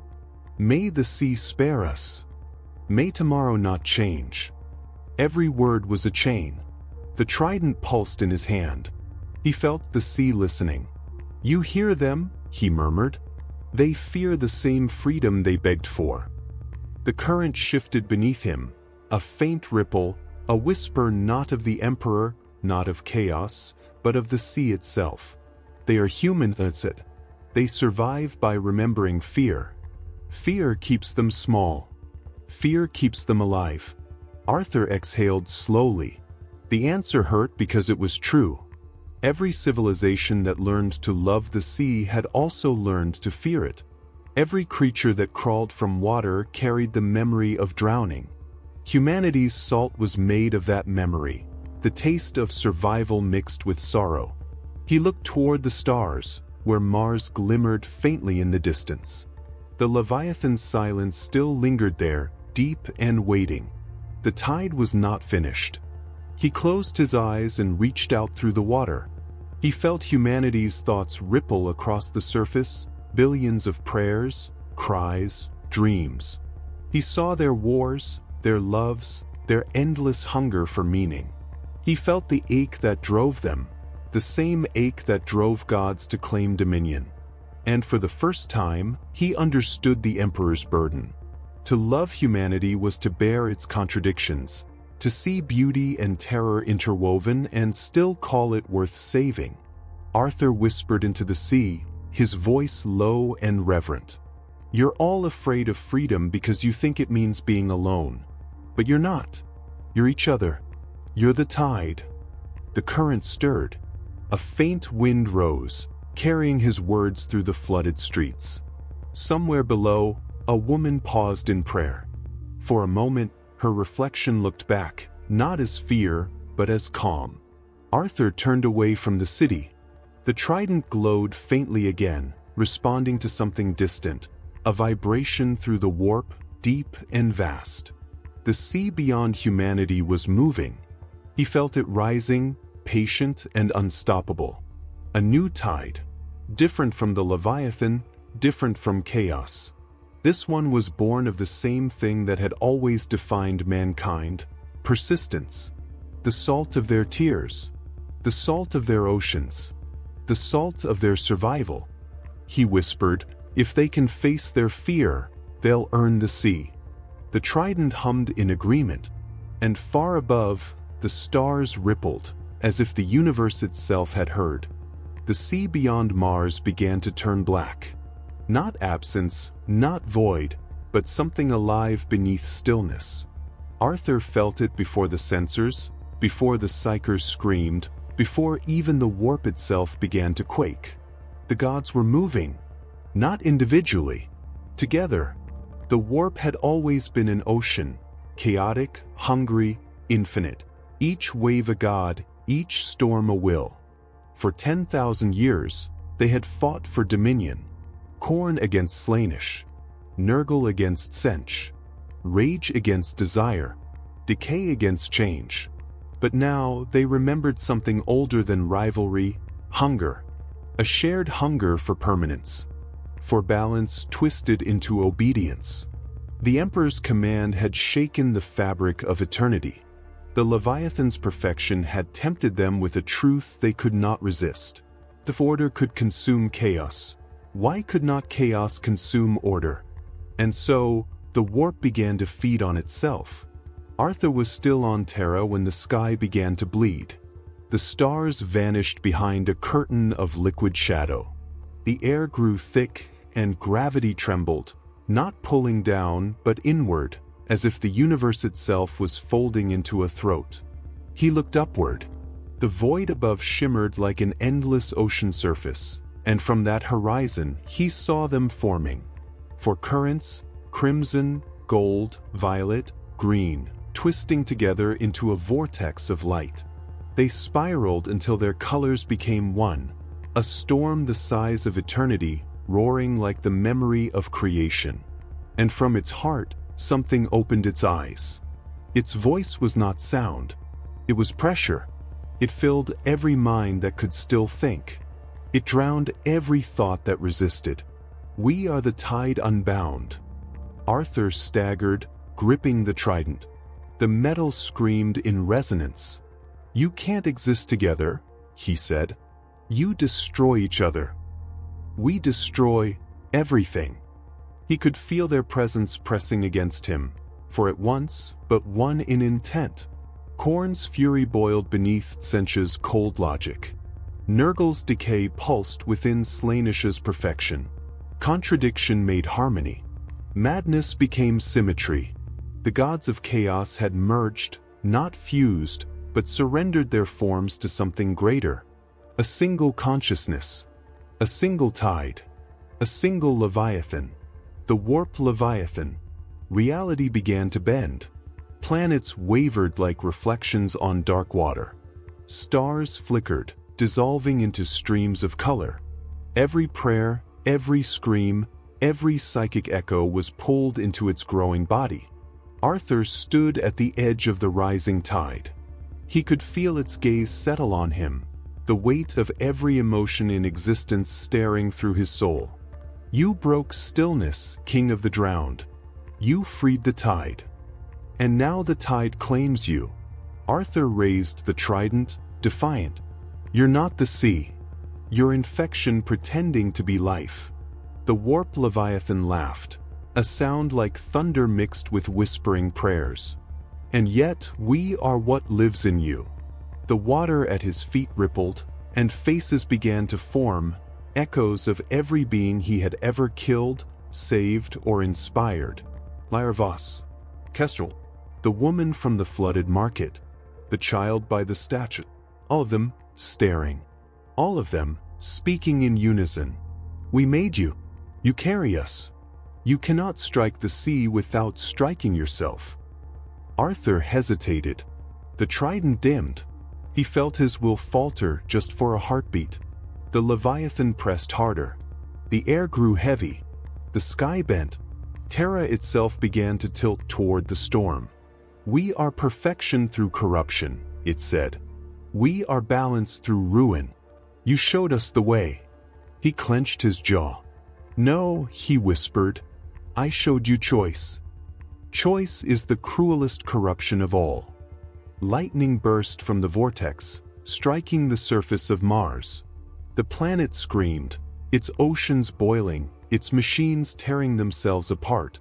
The Leviathan's reflections spread across every world touched by water, every mind that had ever dreamed of the sea.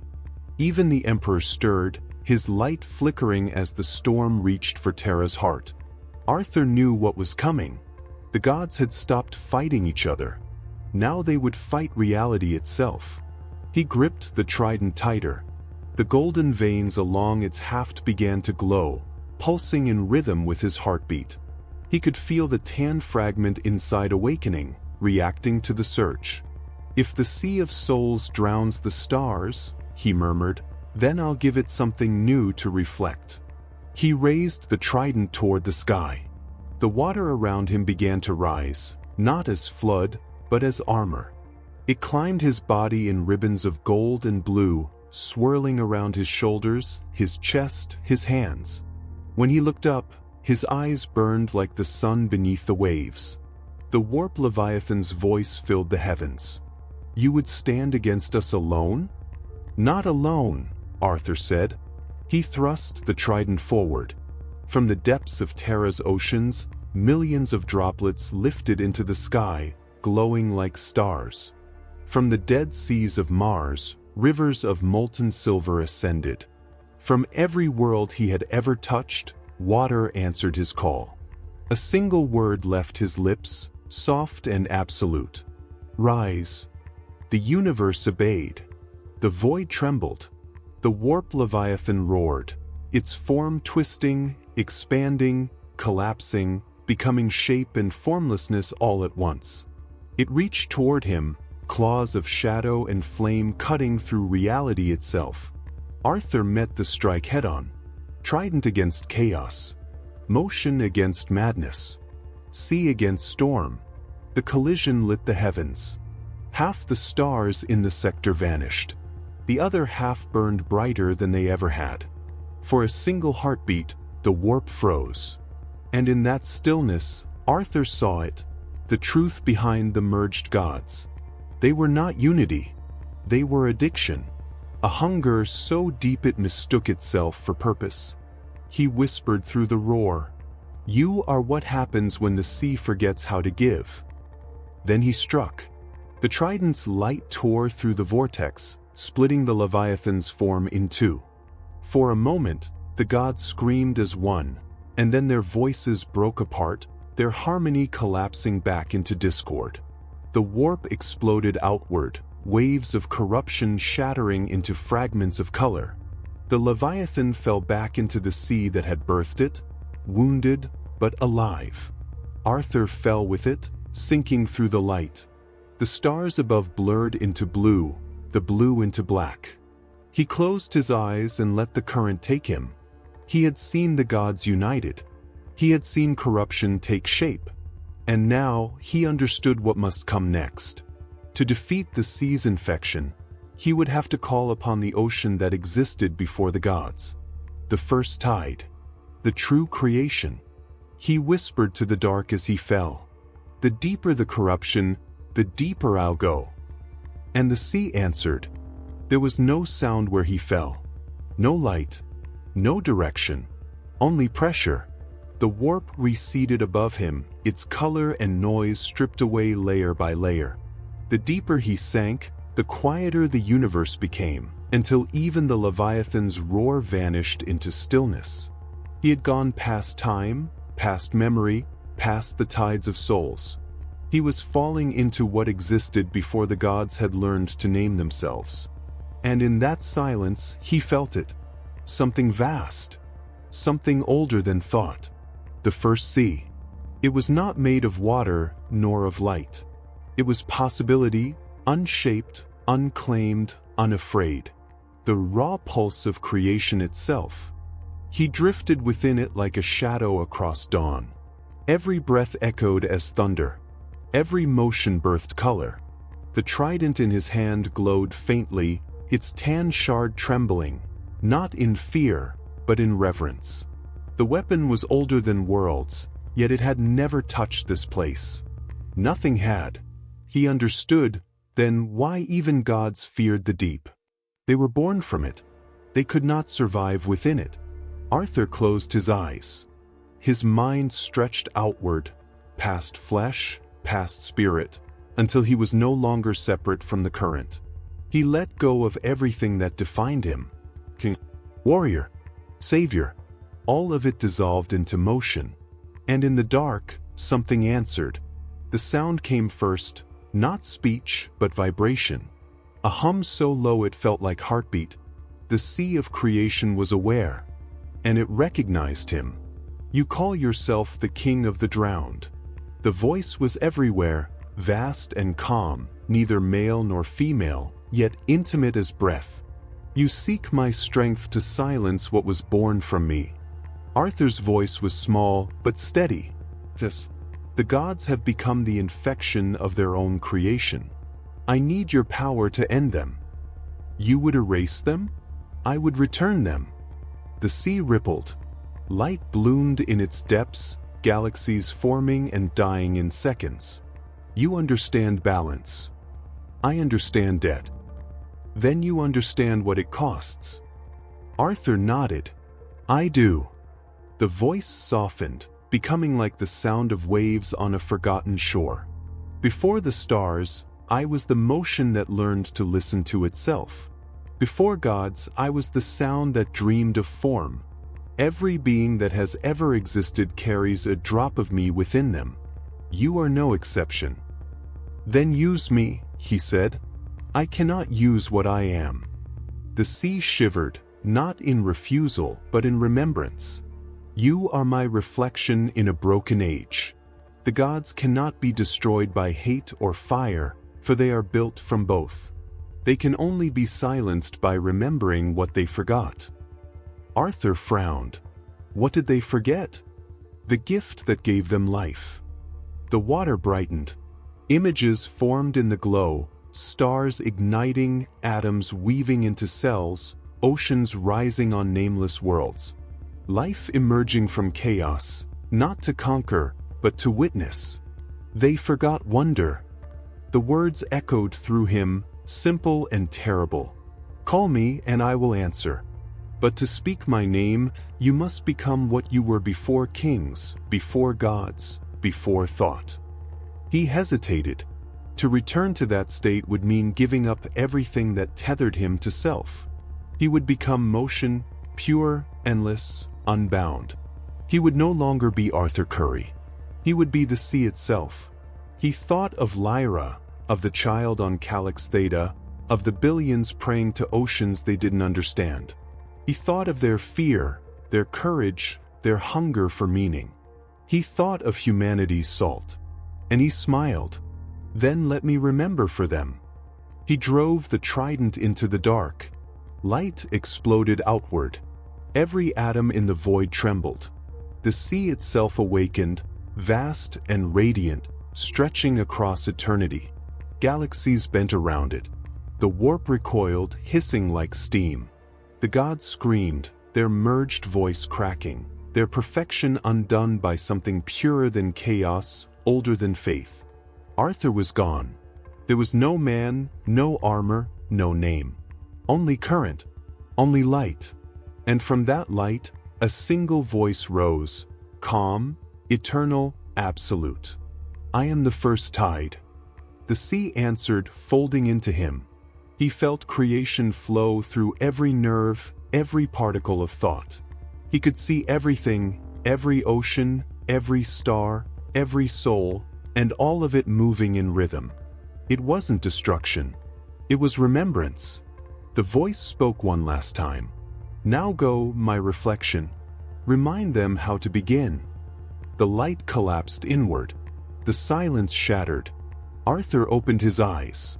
He was floating again, not in the void, but in the center of the warp. The Leviathan roared above him, the gods writhing, screaming as the ancient sea poured through the cracks of reality. He raised the trident, and for the first time, it was not a weapon. It was a bridge. The voice of creation moved through him, and the ocean of the universe spoke. At first, there was silence. Then, motion. The warp, that endless storm of madness, began to move in a way it never had before. Not in chaos, not in hunger, but in rhythm, a tide. Arthur hovered at its heart, no longer just man, nor God, nor memory. The sea that had awakened inside him now flowed outward, luminous and infinite. Every droplet was truth. Every current was creation. The first ocean, the one that existed before time, was rising again. He could feel its pulse spreading across eternity. The sea of reality washing through the sea of souls. The flood of light had begun. At the edges of the galaxy, stars bent like reeds in the wind. Planets caught in warp storms suddenly shone with new skies, their crimson clouds burned away by radiance. Worlds that had been lost for millennia reappeared, clean, blue, alive. Demons screamed as the light touched them, not because it burned, but because it remembered them, because in the light they saw what they had once been before corruption. The pure fragments of emotion that had given birth to them, joy, sorrow, desire, hope. The tide made them see, and that sight was unbearable. Across the eye of terror, entire legions of shadow dissolved into brilliance, their essence flowing back into the current. The warp was being unmade, not destroyed, but healed. Arthur felt it through every nerve, through every breath of the cosmic tide. The ocean moved through him, carrying him with it. He was the conduit now, the bridge between what lived and what dreamed. The Leviathan howled in the distance, its form dissolving into vapor. He could hear its voice in the storm. You cannot cleanse me. I am everything that was thrown away. Arthur's answer was calm. Then be found. The light reached it, soft at first, then absolute. The monstrous reflection of the gods fractured, breaking apart into colors too vast for mortal eyes. Each hue became a wave, and each wave carried a memory of the universe before sin. The sea poured through the warp, and wherever it passed, the noise of 10,000 screaming souls went quiet. Peace, impossible, overwhelming, flooded the Imperium. On Mars, the priests of the Mechanicus fell to their knees as their machines began to hum in perfect harmony. Engines that had groaned for centuries suddenly sang like choirs. For the first time, the machine spirits were not angry. They were content. On Terra, the flooded streets glowed. The water that had once been heavy with fear now shimmered with gold. Children touched it and felt warmth, not dread. Even the most devout priests of the Emperor paused in prayer, unsure whether to worship or weep. And deep within the golden throne, The Emperor felt the sea move through him, not to destroy, not to replace, but to remind. He felt every soul he had ever held pass through his light and return home. He whispered, barely audible, "So this is what peace was meant to be." The warp itself convulsed, then exhaled. For a heartbeat, the galaxy became a single sound, the sound of water breaking against the shores of infinity. Then came silence. Not the silence of death, but of rest. Every world, every mind, every spirit felt it. The absence of noise. The end of pain. Arthur drifted in that stillness. His form was dissolving now, no longer flesh, no longer matter. He was part of the current, his thoughts echoing through the light. He saw everything as it truly was. The Emperor upon his throne. Lyra's soul shining within the sea. Kestrel's logic flowing like rivers through new oceans. Humanity, frightened, beautiful, incomplete, standing again on the edge of hope. The light kept spreading. It reached beyond the warp, beyond the stars, into the dark between galaxies where even creation had not yet touched. He felt the universe inhale. And for a single instant, everything, gods, mortals, machines, dreams, breathed together. He whispered into the glow, "This isn't an ending. It's a cleansing." The current replied with warmth, "The sea does not end, my reflection. It only remembers what was forgotten." Arthur smiled faintly. He could feel his body fading, his mind stretching across the cosmos. He wasn't afraid. He was home. But even in that perfect light, he felt something else, the pull of stillness. Perfection creeping in again, disguised as peace. The sea itself beginning to rest too long. And he knew the tide could not stop. He reached out one last time, his voice echoing through the flood. "Not yet. Keep moving. Always moving." The sea answered, rippling like laughter through eternity. The light dimmed slightly, enough for shadow to exist again. Enough for life to return. On Terra, dawn rose over calm waters. The people opened their eyes to a sky they had never seen, blue, clear, alive. They could not remember why they had wept. Only that the world had been washed clean. And in the silence that followed, the ocean spoke once more through every ripple, every wave, every heartbeat. The tide endures. The storm had passed. Not with thunder, but with surrender. Across the galaxy, the tides withdrew, slow, deliberate, endless. What remained was silence. Pure, impossible silence. No screams from the warp. No prayers through the void. No whisper of demons or dreams. Just still water, and light that no longer flickered. For the first time since creation tore itself apart, the sea of souls was clear. Arthur floated in that clarity, weightless. He no longer knew where the warp ended and reality began. It was all one ocean now, seamless, transparent, alive.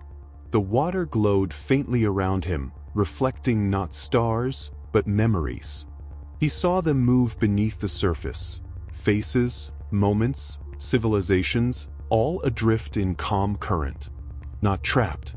Not crying. Just resting. He realized then what had happened. The flood of light had not destroyed the warp. It had revealed its shape. The endless chaos had formed all along.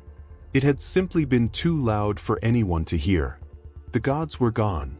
Not slain, but absorbed, dissolved into the current that birthed them. Their voices, once screaming for dominion, now whispered like the hush of distant waves. Even corruption had found a place to sleep. He drifted deeper, through light that felt like breath. Every pulse of the sea matched his own heartbeat. Every shimmer echoed the rhythm of something alive and vast. And then he saw it, a sight beyond words. The sea of souls, once a storm of madness, now lay calm like glass. Beneath it stretched something radiant and endless, A reef of light.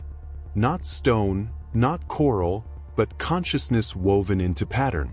Billions upon billions of souls, united in stillness, glowing faintly in perfect alignment. Each one a fragment of existence. Each one at peace. He had never seen beauty so quiet. The trident hovered beside him, humming softly. Its surface reflected the same pattern, golden runes shifting like living water. He touched it, and the calm rippled outward. Every movement, no matter how small, sent rings of light through the reef. And wherever those rings traveled, the souls beneath responded, not as individuals, but as a single breath. They felt him. They knew he was there. He whispered into the water, "You're free." The reef shimmered, almost in answer. No voices replied, but he didn't need them to. This was not language. This was understanding. On Terra, the Astronomicon dimmed to a soft pulse. The Emperor sat unmoving on the throne, eyes closed, his mind wandering through the same still sea. For a single heartbeat he felt it too, the quiet. He saw his people not as tools or worshippers, but as stars resting in the ocean he had once tried to cage. He smiled, faintly, painfully, as if exhaling the last breath of an age. The custodians knelt without knowing why. The psychers stopped screaming. The prayers fell silent. Everything simply paused. Arthur felt the quiet pressing against him. It was beautiful. It was unbearable. He looked around, the reef stretching forever, its light fading at the edges of infinity. Even motion had begun to still. Even the sea was starting to sleep. He understood then what the Emperor had warned him of. Perfection could kill just as surely as chaos. Stillness was another kind of death. He whispered, "Not yet?" The trident glowed brighter. The ripple spread again, faster this time, carrying sound into the silence, not words, but rhythm. A heartbeat, a pulse, a song. The reef responded. The souls began to shift, their light flickering gently in time. The ocean stirred, not violently, but naturally, like lungs remembering air. Arthur smiled. "That's it," he murmured. "Breathe." The silence broke, not into noise, but into life. From the far edges of the galaxy came faint echoes, distant thoughts, first cries, the fragile sparks of newborn stars. On worlds that had been drowned, the seas began to rise again, not in wrath, but in renewal. Fish stirred in the depths. Winds carried salt across broken plains. Children were born who would never know the sound of screaming warp. And far beneath it all, the reef glowed stronger. The sea was moving again. Just once, softly, the ocean spoke back to him. "We remember." Arthur closed his eyes, letting the current carry him upward, toward light. For one perfect heartbeat, the galaxy was whole. No war, no fear, no gods, only the endless quiet of the sea between worlds. And then, like all tides, it began to move again. The sea within the warp had gone still again, not frozen, but waiting. A breath between tides. A pause between heartbeats. Arthur rose through it slowly, carried by the same current that had once been chaos. The light around him shimmered like sunrise breaking through fog. Every motion felt heavy, deliberate, sacred. He no longer knew where the sea ended and he began.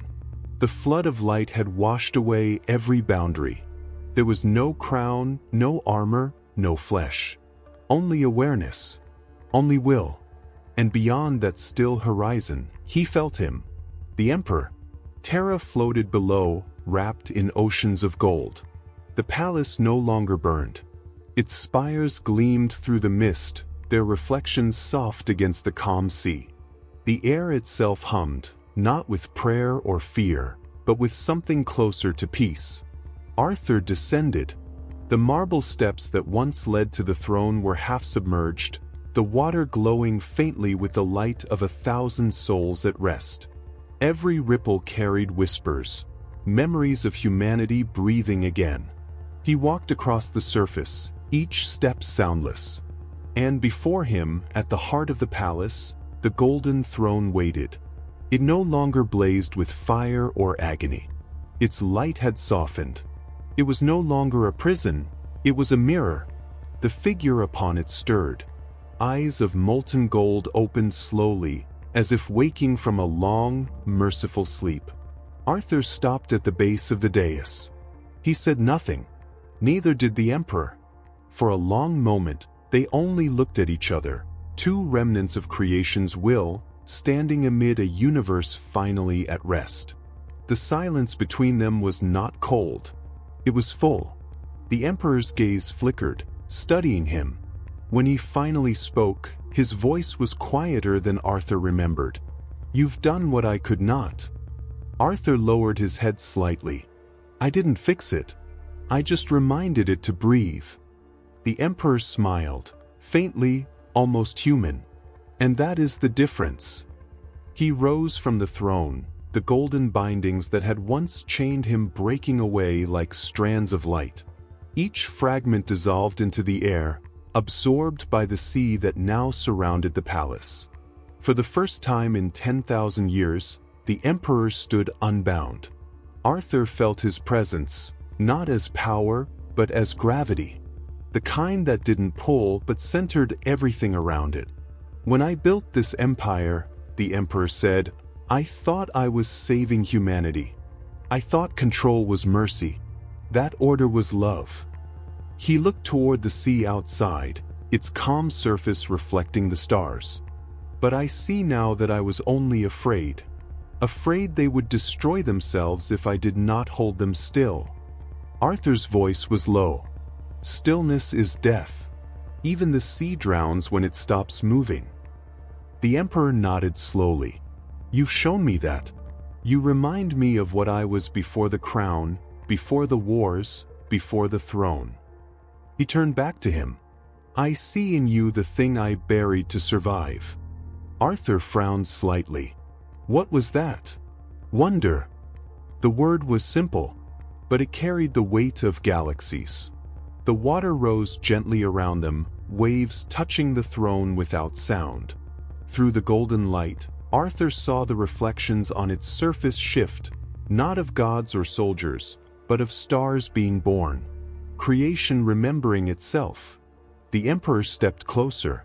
He was taller, yes, radiant in a way no mortal could match, but there was no dominance in his presence. Only recognition. "When you came here," he said, "I saw another heretic, another god pretending at balance. But now I see." He reached out, his hand hovering above Arthur's shoulder. "You are not my successor. You are my beginning." Arthur met his gaze. "You built walls around the ocean to protect it. I tore them down. And now the tide moves again," the Emperor said. "Perhaps that was always the plan." Arthur smiled faintly. Maybe the plan was just to let go. The air trembled. Light rippled across the water, and for a moment, the throne itself disappeared into brilliance. Arthur saw something in that light, a reflection not of gold or fire, but of himself. Not as a man, not as a king, as motion, as sea. And within that reflection, another figure, identical, calm, watching. The Emperor, standing across from him within the same glow, their shapes overlapping, their essence the same rhythm. Two beings, one truth. "We are both servants," the Emperor said. "You serve the sea. I serve the flame. Both burn, both cleanse, both destroy if we hold too tightly." Arthur nodded. "Then don't hold." The Emperor exhaled, not a command, but relief. "After all this time," he said softly, "I finally understand the purpose of power. It was never to rule creation. It was to protect it from silence." Arthur's voice was almost a whisper. "Then protect it by letting it move. And you?" I'll follow the tide until it forgets my name. The Emperor smiled again. Then you'll outlive me. Outside, the sky began to shimmer. The reef beneath the sea pulsed once, its light stretching across worlds. From the warp to the stars, everything glowed for one silent instant, reflection made real. The Emperor turned toward the horizon, his golden armor dissolving into soft radiance. His form began to fade, not into death, but into light joining the ocean. Arthur watched him go, not with sorrow, but with understanding. "You were never meant to sit," Arthur said. "No," the Emperor answered, smiling as his voice began to drift. "I was meant to stand beside." And then he was gone. The throne stood empty, but in its mirrored surface, two figures remained, one of flame, one of water, moving in rhythm like twin reflections of a single heartbeat. Arthur touched the trident to the sea. The ripples spread outward, carrying light across the galaxy.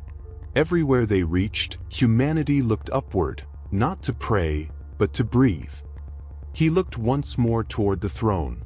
Its light no longer blinded. It welcomed. He whispered, "Goodbye, Emperor." The air stirred. A voice, gentle as the tide, answered, "Not goodbye. Balance." Arthur turned, stepping into the open water beyond the palace. The sea carried him upward, through the glow, into stars.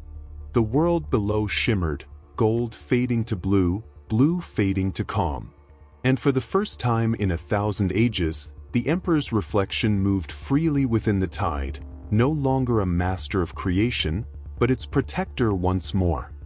The sea was quiet again. Not the quiet of peace, the quiet before a decision. Arthur drifted above Terra's shining surface, staring into the blue expanse that now covered most of the planet. The storms had ended. The warp had stilled. Even the stars seemed to hold their breath. For the first time in all of creation, there was no war, no rage, no suffering, only stillness.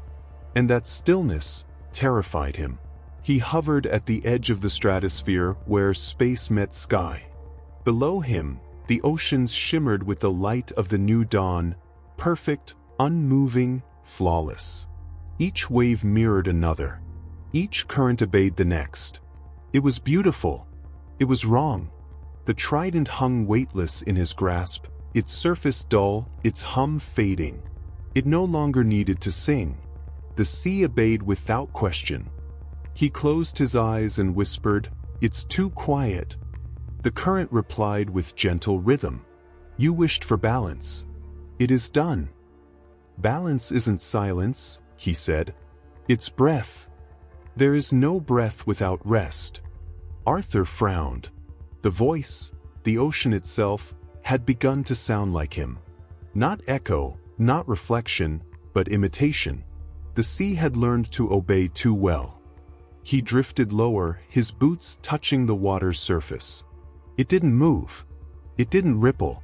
It only reflected him, an image too still, too perfect.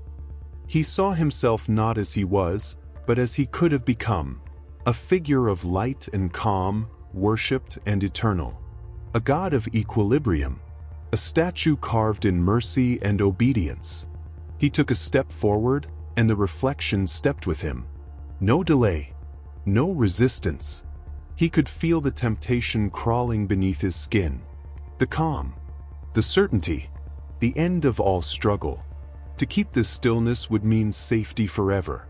No more war, no more pain, no more loss, but no more life either. The voice of the sea whispered again. You can preserve it. One choice, one will. The tide obeys you. Arthur raised the trident slowly. The water mirrored the motion, rising in tall, silent waves, golden light glinting off their edges. The entire ocean waited for his word.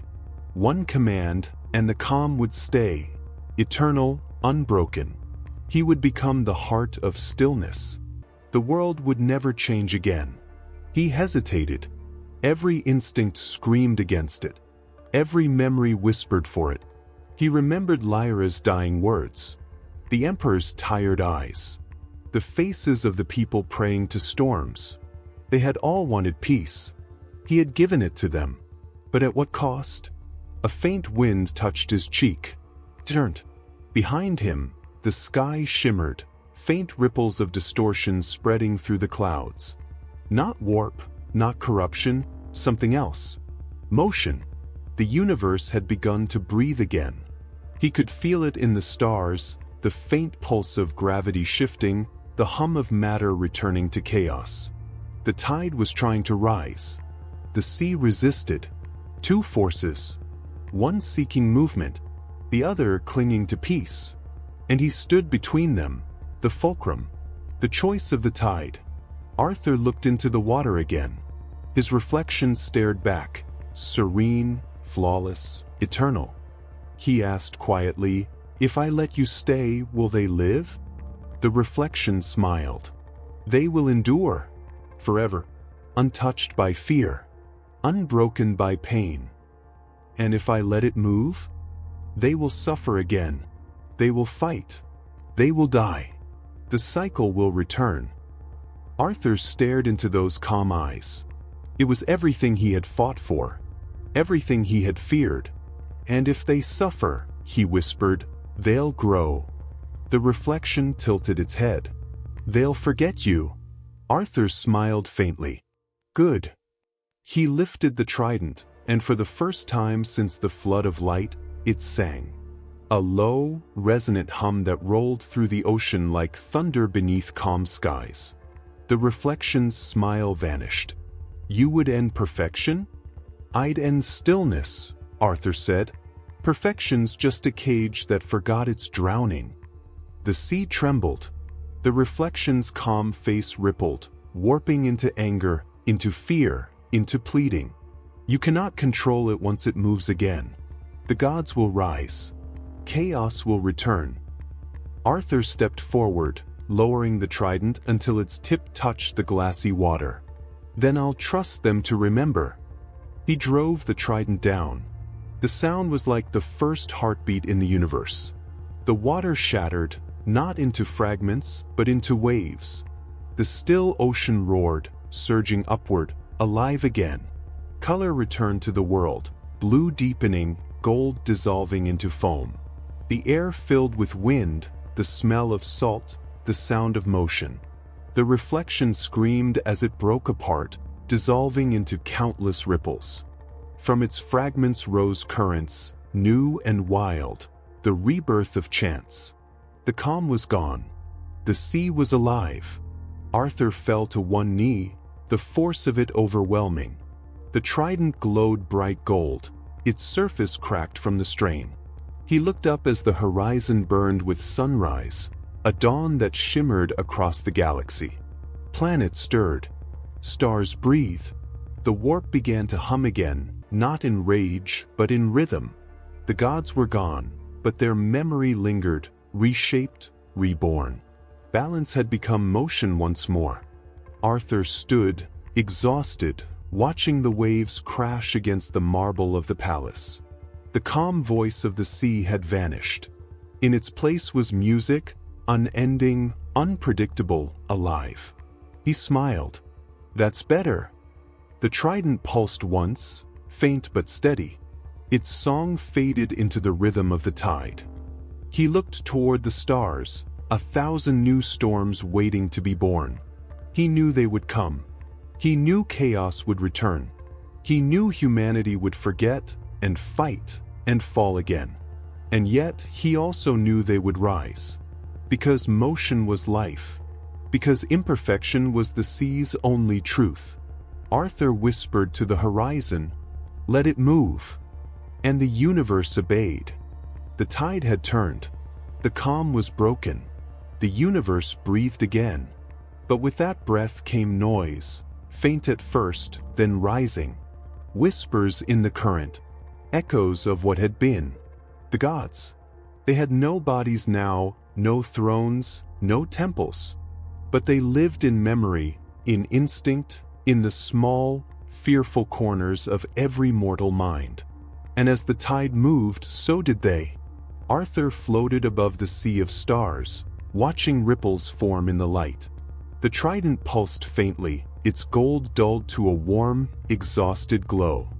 He knew what those ripples meant.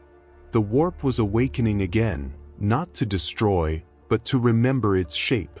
Creation was learning to move. But corruption learns faster than innocence.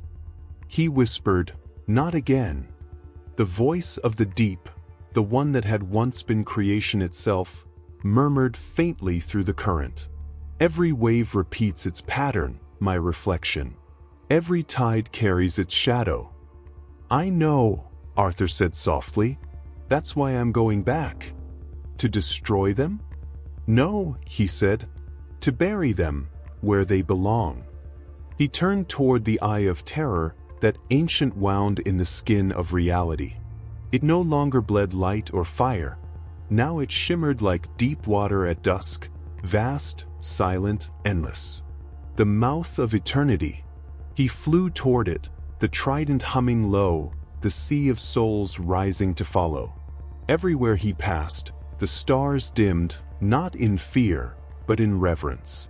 They knew this was the last tide. At the edge of the eye, he stopped.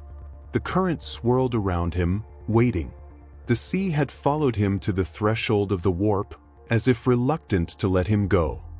He looked down into that endless dark. He could feel them waiting there, the remnants of Khorne's fury, Tzeentch's schemes, Slaaneish's desire, Nurgle's decay. 4 hearts, still beating weakly beneath the weight of rebirth. 4 wounds that refused to close. They whispered through the depths.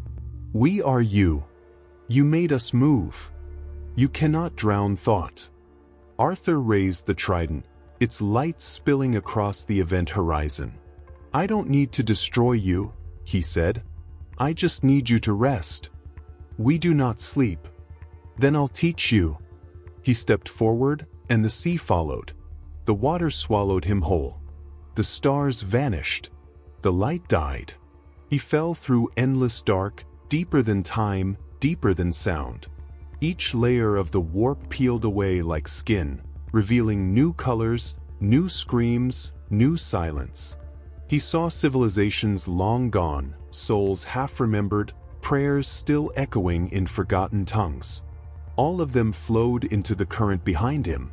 And below it all, he saw them, 4 shapes coiling like serpents around the core of eternity.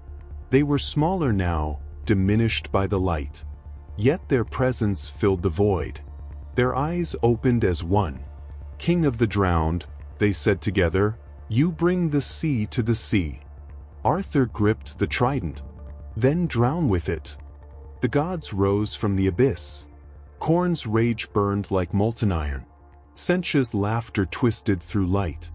Nurgle's rot bloomed like gardens of bone. Slaaneish's beauty shimmered in agony. For storms collided around him, tearing through the water like blades of thought. But the sea of creation had no fear. It bent and absorbed, flowing between their fury like breath between heartbeats. Arthur became the center of the maelstrom. He felt each strike, each temptation, each plea. They promised him eternity, power, worship. They offered him perfection. He answered with silence. "You cannot silence the eternal," Tzeentch hissed. "We are the motion you defend." "Your motion without mercy," Arthur said. "And even the sea has to rest." He slammed the trident into the heart of the current. The ocean screamed, not in pain, but in effort. Light surged through the warp, turning every shadow to gold. The gods convulsed as their forms were caught in the flow. The tide did not burn them. It remembered them. And in remembrance, it pulled them under. Khorne's roar faded first, swallowed by stillness. Then Nurgle's laughter melted into the hum of the current. Tzeentch's 1,000 eyes blinked out, one by one. Slaaneish's sigh dissolved into song. Their names unraveled, their shapes blurred, until only waves remained. The warp collapsed inward, a vortex folding upon itself, the pressure of infinity returning to its source. The sea of souls closed over them like a lid, sealing the gods beneath endless depth. Arthur hovered in the dark, his body dissolving into light. He could feel the pressure of what he had done, the strain of holding chaos still. "They sleep," the voice of the deep said gently. "For now." Arthur's voice was faint. "For now is enough." He looked upward. The surface was far above, a gleam of silver faintly shimmering through black water. He began to rise, slow and heavy, the trident's glow guiding him home. Every meter upward felt like a century, every ripple a memory. He saw the faces of the gods fade into calm. He saw the reef of souls far above, glowing faintly through the haze. He saw the universe begin again. The current whispered around him, "What will you do when they wake?" Arthur smiled, weary but unafraid. "Then I'll remind them what drowning feels like." The voice laughed, soft, like waves against sand. "You have become what you were meant to be." He whispered, "The tide." He broke through the surface. Light burst around him, and the galaxy shone like a million reflections. The sea rippled outward, carrying his motion across stars. Every world touched by water glowed for an instant, and in that instant, all of them dreamed of peace. Arthur hovered above the calm, the trident dim now, its purpose fulfilled. He looked down into the depths where the gods now slept, quiet, dreaming, bound by the same sea they had once corrupted. "Rest," he said softly, "and remember." The waves answered, whispering his name before falling still. Above him, the stars turned slowly, their light gentle once more. He felt the universe hum beneath his hands. Motion, silence, balance. For the first time, both could exist together. He let the trident sink, the last trace of its light disappearing beneath the water. He followed it, descending once more into the quiet between worlds. Not as a king, not as a god, as a guardian of what moved and what must one day stop. And somewhere far below, in the dark where the gods slept, the sea whispered his name, not as worship, but as memory. Arthur Curry. The tide eternal. The stars were quiet, not silent, just listening. The war was over. The warp had fallen still, its depths folding into peace. The gods slept beneath the sea, bound by light and memory. And across the galaxy, for the first time in 100 millennia, the universe exhaled. Arthur drifted above the newborn calm, the trident faintly humming beside him. Its glow was dim now, almost gone, but steady. The sea beneath him shimmered in infinite reflection, stretching from Terra to the edges of creation. He had become part of it. Or perhaps, it had become part of him. He descended slowly through the silver surface. The water welcomed him, soft, weightless, alive. Each droplet sang a different name, worlds reborn, rivers remade, storms forgiven. Every sound was a heartbeat, every motion, a beginning. He looked up once, just once, toward the sky. The stars above rippled, their light refracted through the ocean of reality. Each shimmer was a whisper of life, millions of souls rebuilding, forgetting, dreaming again. He smiled faintly. "They'll be all right," he murmured. The sea answered, "They always were." He exhaled, the last breath of a king, and sank deeper into the light. On Terra, dawn broke over calm waters. The great marble steps of the Imperial Palace, once drowned, now gleamed beneath a thin layer of mist. The air smelled of salt and rain. Pilgrims walked the flooded streets without fear. They no longer prayed for salvation, they spoke to the water as if to an old friend. Fishermen cast nets into canals that hadn't held fish in 10,000 years. Children splashed through puddles left by a tide that no longer threatened, but blessed. Somewhere, a child looked up at the sky and asked, "Who made the rain?" Her mother smiled. No one made it. It just remembered how. Across the void, on worlds thought long dead, the same miracle unfolded. On Cadia's ruins, the air shimmered with silver mist. Rain fell gently on shattered stone, turning craters into pools of living water. Tiny creatures, half light, half memory, stirred in the depths, building the first spark of new life. On Mars, the forges no longer screamed. Steam rose from the red deserts as rivers cut through iron plains. The Mechanicus watched in awe as their machines filled with condensation, pure, sacred water forming from air. They called it the tears of the Omnisia, but deep down, they knew the truth. It was the sea remembering its child. On the hive worlds, rain fell through endless skylines. Billions raised their faces to it, unsure whether to laugh or cry. The water washed away soot and blood, leaving only reflection. And in every reflection, for a fleeting second, they saw the shape of a man walking through light. Even the warp felt the change. No longer a tempest, but a slow, breathing ocean. Its waves moved with rhythm instead of rage. Souls crossed its surface gently, guided by unseen currents, no longer devoured but carried home. At its deepest point, where the gods now dreamed, for faint lights glimmered beneath the dark. Not defiant, not evil, just sleeping. Arthur's voice reached them, distant, patient, unafraid. The tide will wake you when it's time. The sea answered with silence, its purest prayer. Far above, the emperor stood again upon the steps of the throne. He no longer wore armor. His light was no longer fire, but dawn. The weight of empire had left his shoulders, and his eyes were clear once more. He looked across the ocean that covered Terra and whispered, "You were right." The reflection on the surface shimmered. A figure of water and gold stood beside him for an instant, smiling. Then it was gone. In time, stories spread of the drowned king, the tide eternal, the one who walked into the deep. Some called him a god. Some said he was a dream. But the oceans did not care.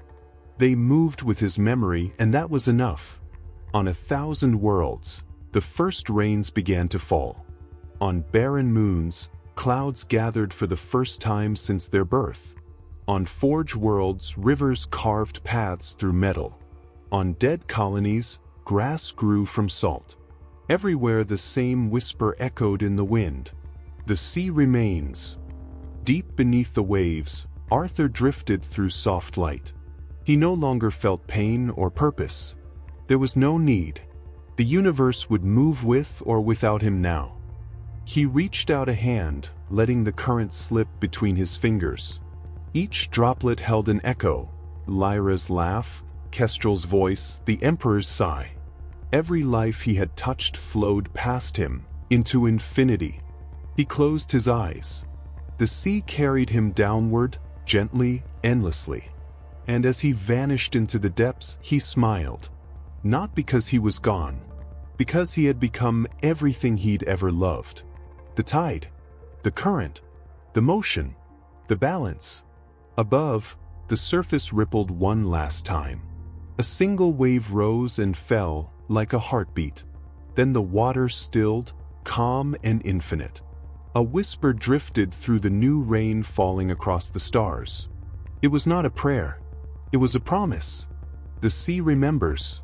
The sea remains.